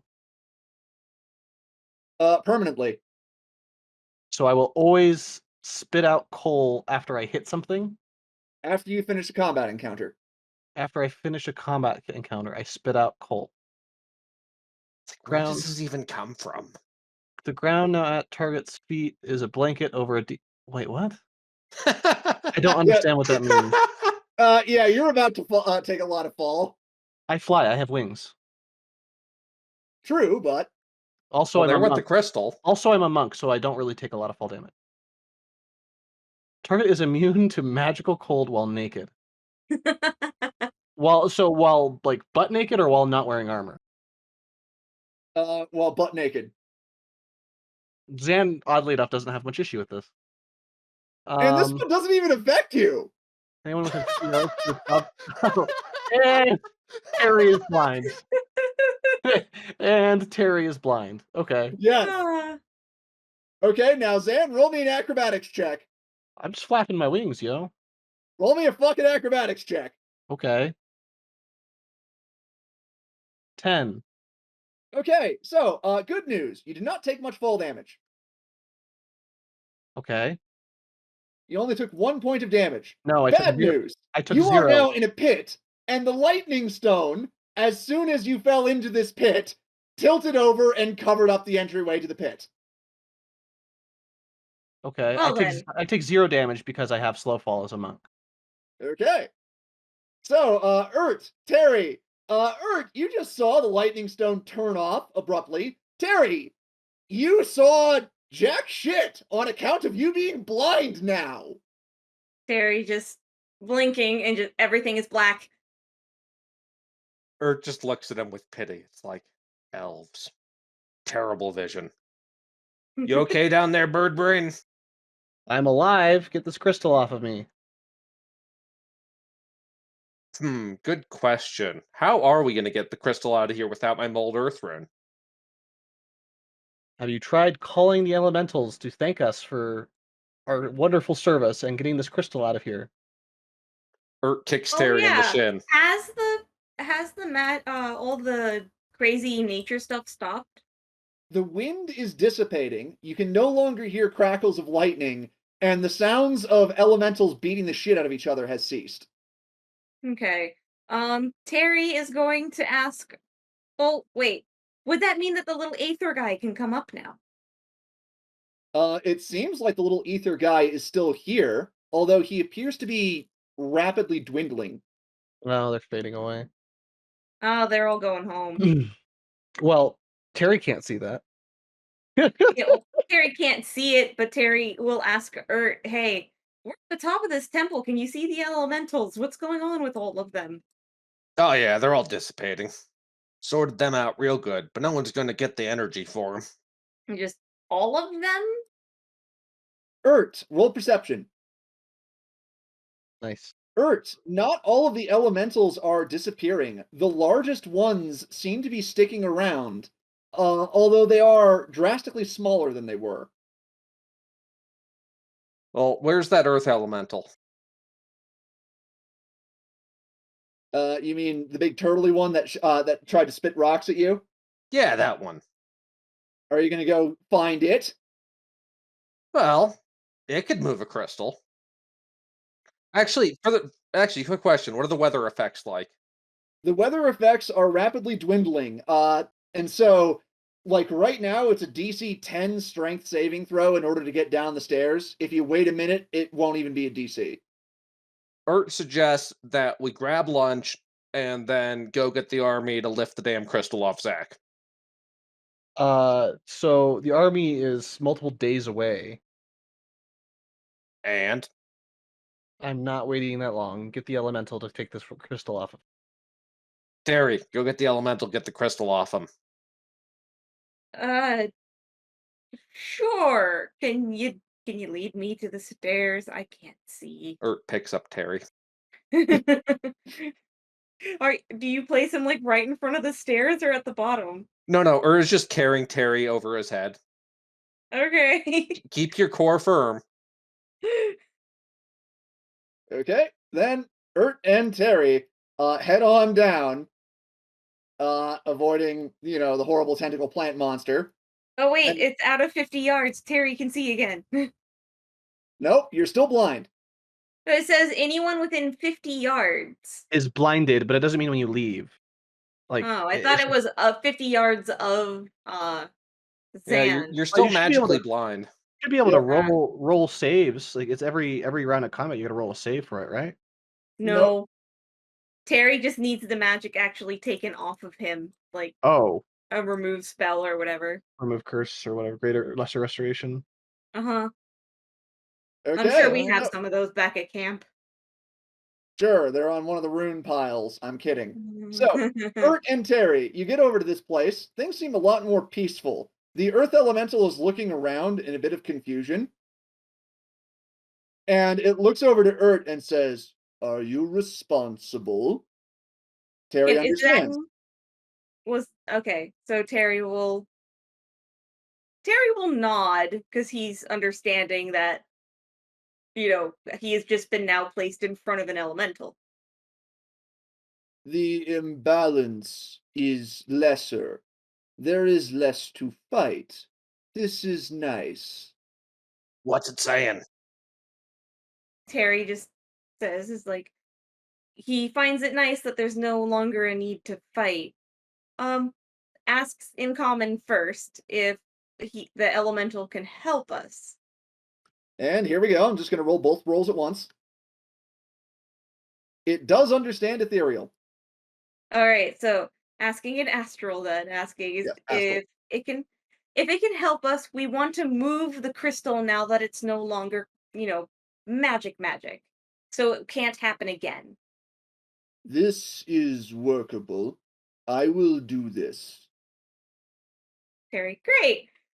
He pauses for a minute. He doesn't want to be carried by the dwarf. He also asks, he's quite a large elemental. Could Terry hitch a ride? He is blind. The elemental is fine with this. Ert, do you want to catch a ride too? Oh yeah, let's all head back up. Yay! Apparently, there we go. Okay. Terry kind of mentions under his breath that this would be so much more enjoyable if he could see. All right.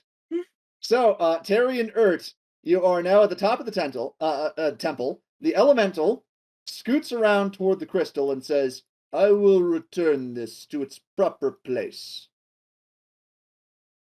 Ert's like, well, yeah. Actually, I've investigated, and its proper place is south with our army. And just Terry going, if we remove it, it will prevent anyone else from trying to use it against you.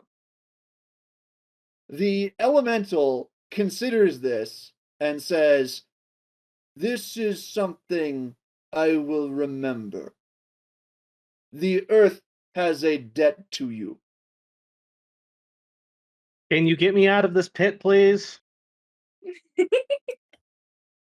Ert's like, hold on, we're gonna get it to move the whole crystal.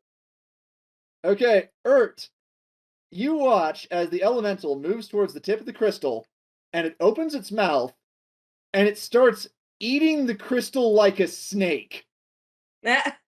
Ert's like, I knew this was gonna happen.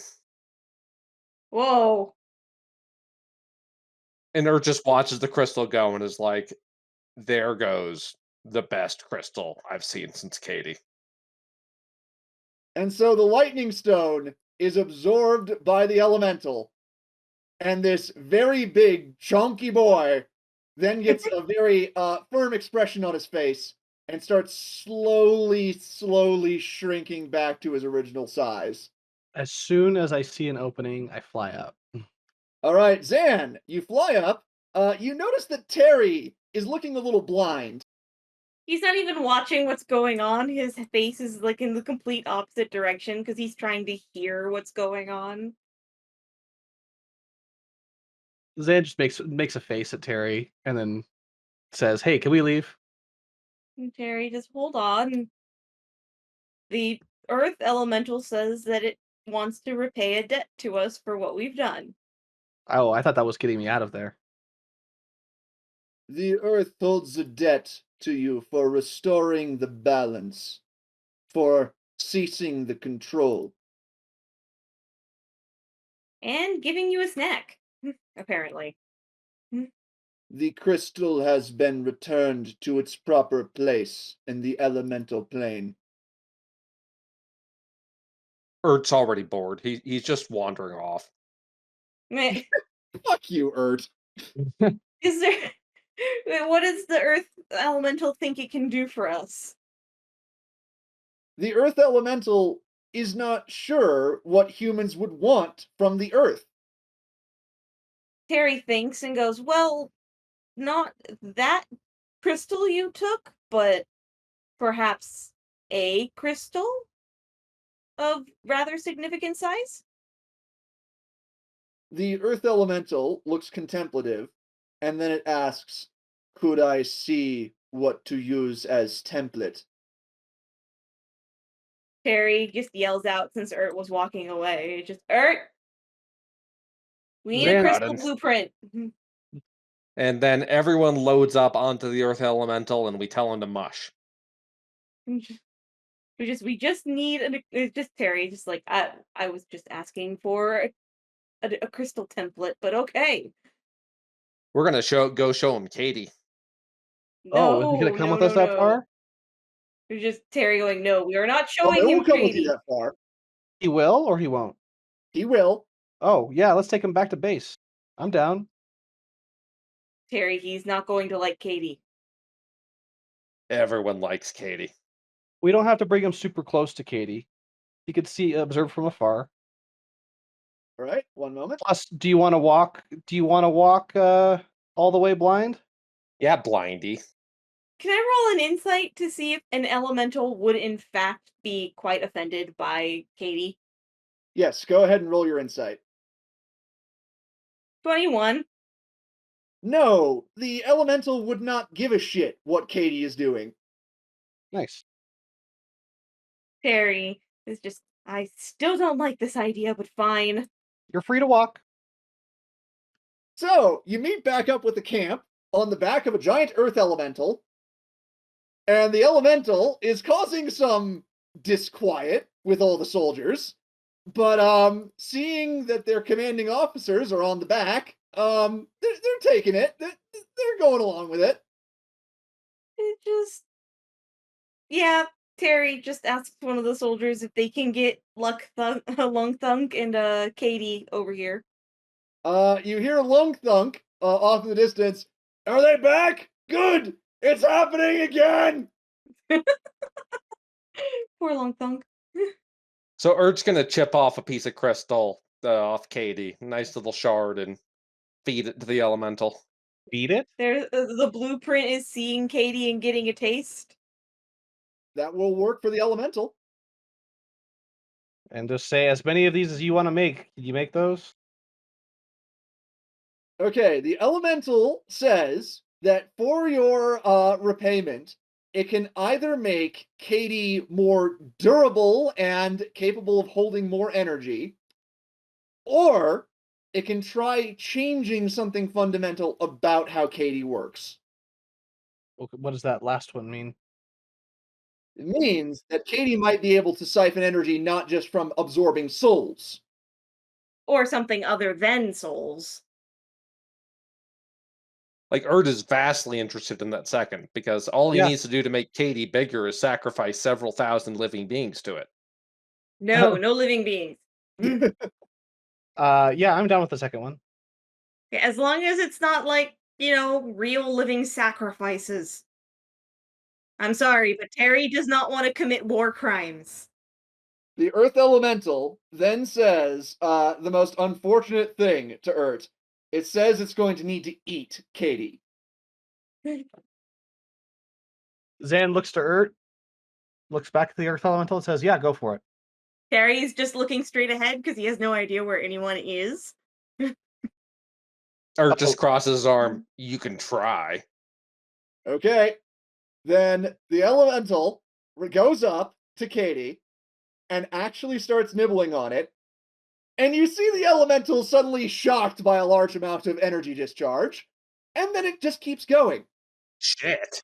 Did we make sure that Lunk Thunk was not on the Yeah, crystal? we would take Lunk Thunk off before. Yes. Yes, however, I do not have a separate token for Katie.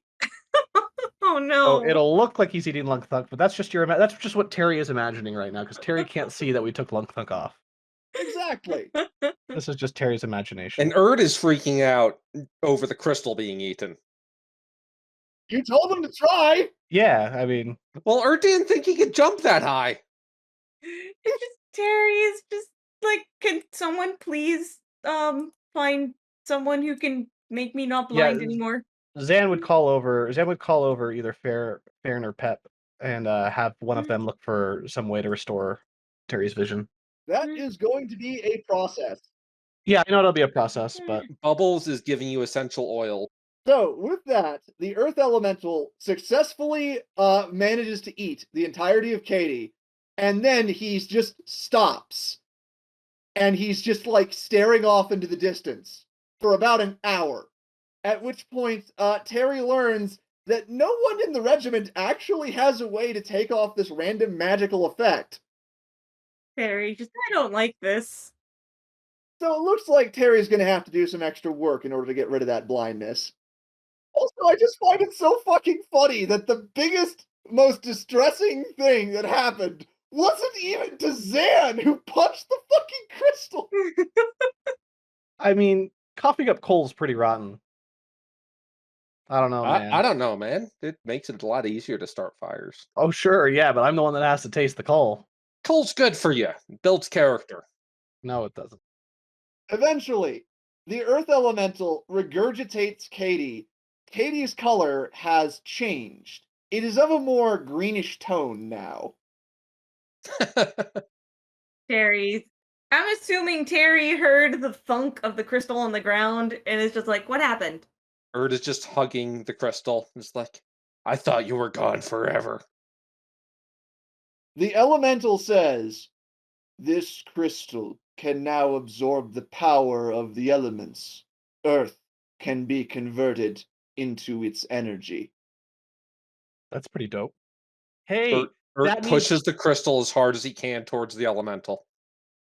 No! No, or but that means that as we make roads, we just use the dirt we displace to fuel the crystal. Correct. Which means that effectively making roads is now free. It does not have an energy cost. We It almost have a yeah. perpetual motion machine here. Ert is so proud of Katie. Okay. Also, Ert, I want you to go ahead and roll me a Constitution saving throw real quick. Why? No reason. No reason. So, Ert, you notice when you hug Katie that you start feeling very strange, as though you're being sucked towards Katie. You manage to get off of it in good order. This is where everyone else learns that dwarf anatomy has far more earth in it than most other species. Perfect. Well then. Ert sheepishly walks over to Zan and Terry and goes, guys, I need to Yes. talk about something serious. Okay. I think I'm going through dwarf puberty.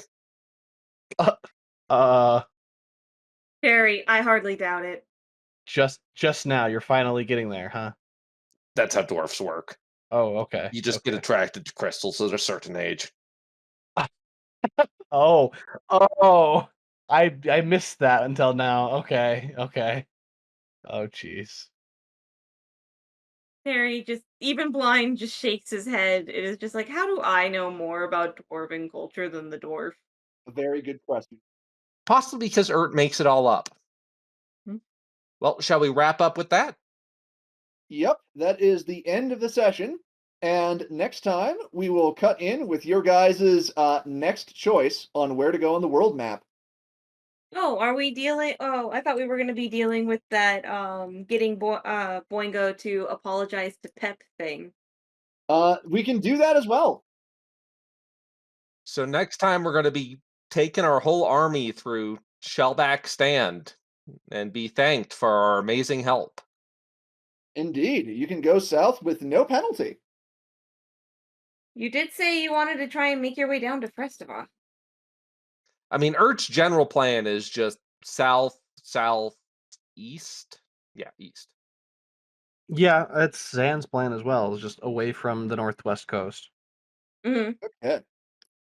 But yeah, get get Boingo to go apologize to Pep. Terry kind of has to be there for emotional support, and he may ask Snowblind if he can help with, The how being do blind. I get around being blind? Well, Snowblind can show you a few things about being blind. Yeah, Terry very much would appreciate that. Yes. All right. And with that, we will end off with a hell of a lot of cliffhangers. There's a lot of shit going on. Go figure. So my recommendation for next session is we should look at the 5 tiles south of the 5 tiles south of us. Yeah, because we're just gonna go south. Okay. And with that, I hope that you enjoyed our wonderful adventure. Hope it didn't drag on too long. Yep. Well, thanks for playing, guys. I think I'm ready to go grab some dinner. Yep. Let's go get some food. Night, guys. Yeah. Night. Right. Night.